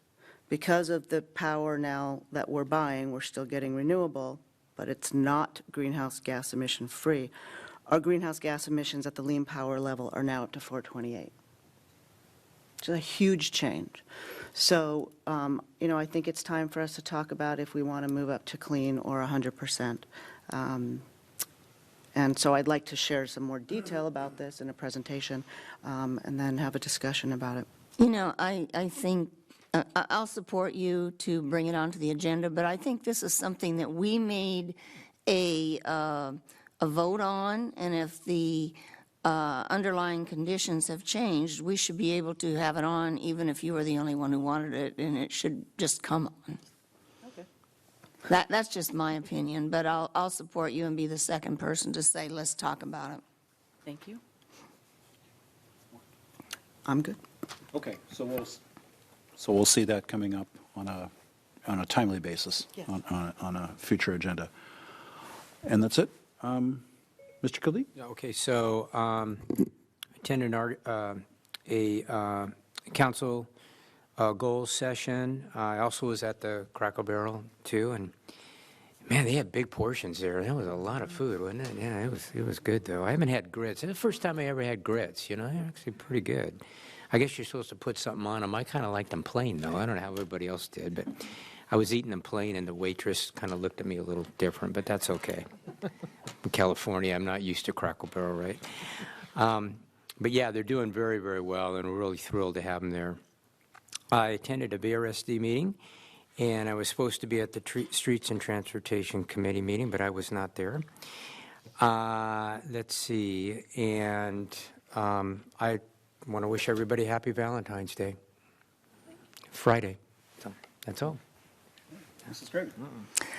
Oh, I don't have much. I attended the RDP meeting on the 4th.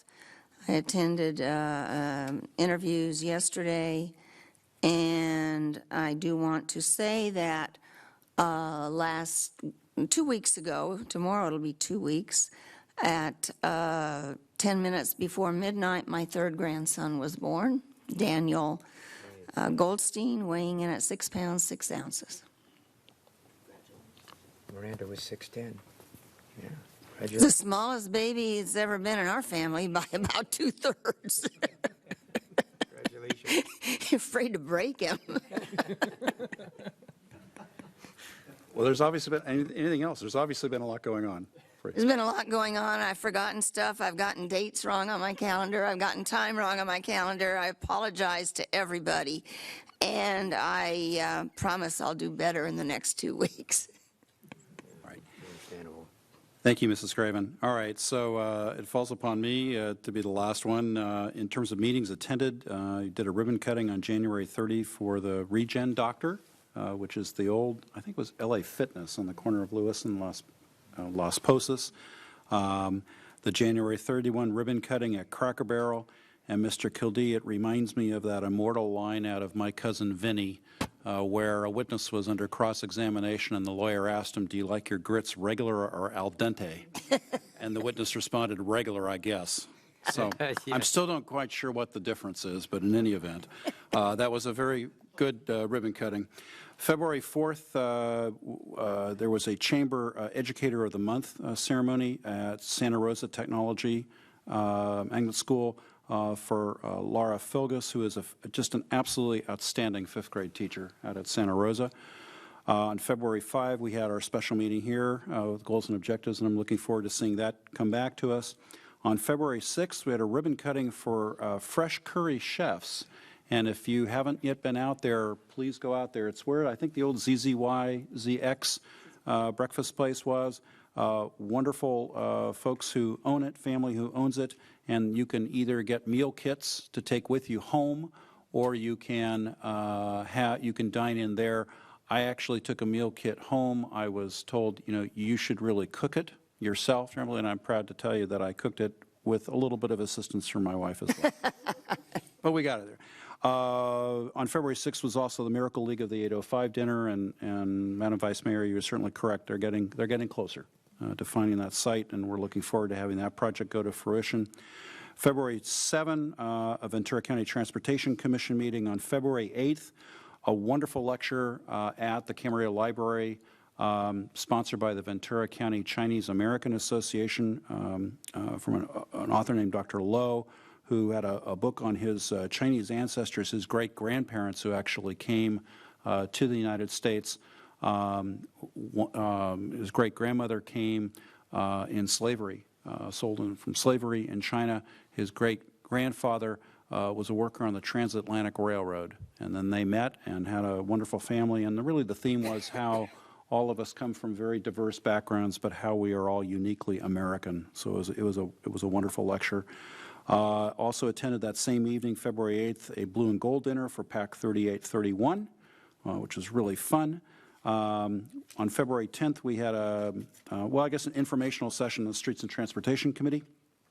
And on February 12th, earlier today, I had a committee briefing relative to Metrolink. I did have a couple of issues. First of all, I want to echo Ms. Nichols' presentation on the city manager recruitment, which I'm still getting my head around that we're losing Mr. Norman, but really to call for public input in case there are folks still listening. We really are seeking your input into our process by providing to us your thoughts on what attributes we should be having in a new city manager, and we have a couple of days left, I think up until February 4th, up until Valentine's Day, where people can call in.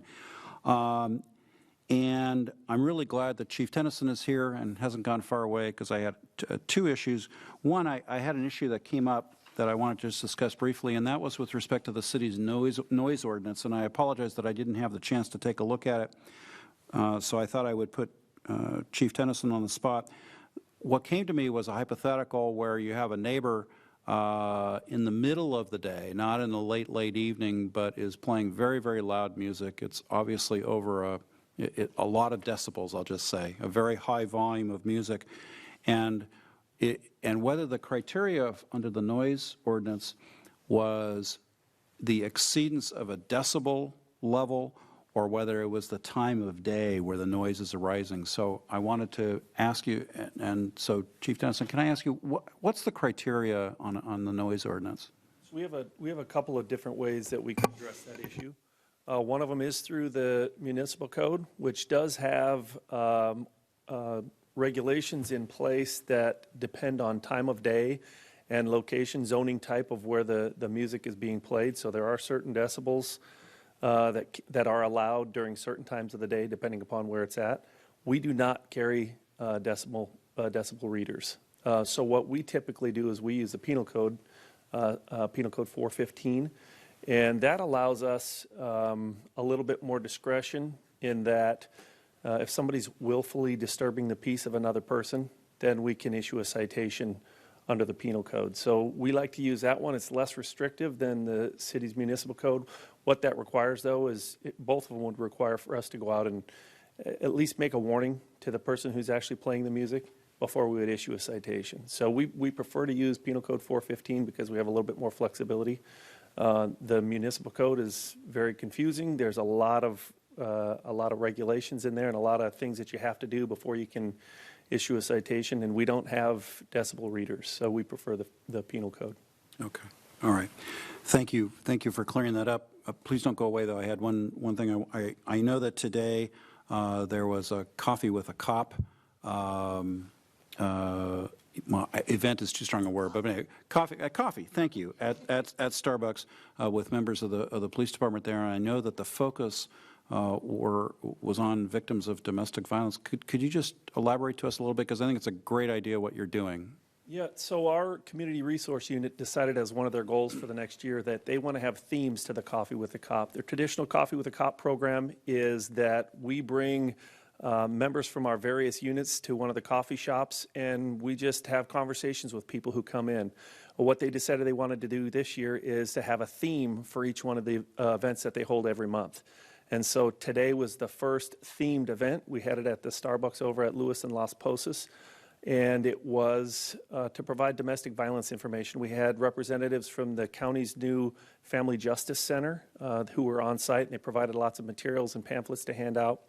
We had a gentleman who showed up who runs a therapy dog program, and so he brought his therapy dog with him and showed it around to the people who were there, and it was great. So it was just a way for us to outreach to the community and let them know about the resources that are out there if something should arise that they need them. I think that's a wonderful thing to do. And is that going to happen at like one day of each month going forward We don't with have a different themes? specific day, but it will happen every month. Okay, all right. Generally, how many people show up? I took a little video. I stood back in the corner and took a video. We did it for 2 hours, and it was very well attended throughout the entire 2 hours that we were there. A lot of people in and out. And I just want to indicate while you're standing there, Chief, that with respect to domestic violence, there is a very specific Coalition for Family Harmony that has outreach for folks, and they have a 24-hour bilingual hotline. So I'm going to say the number in case anybody out there who may be listening where domestic violence may be happening to you. That 24-hour bilingual hotline is 1-800-300-2181. And I really appreciate the Sheriff's Department having the themed coffees with a cop, and it's a good program. So thank you very much for. You have one more? Okay, go ahead. I failed to mention that I attended the funeral for Officer Nathan Martin, who was an Oxnard police officer who was killed while off duty, but in a really horrible motorcycle accident. But he is a Camarillo resident, and his parents are. He was known by a lot of Oxnard Union High School district. He was the SRO at Wainimi High School, and I believe his father taught at Camarillo High School. Mm-hmm. And I believe his grandfather was council member? No, his father. His father. So I attended that, and it was sad. but it was really nice to see so many people from the community come out and from law enforcement.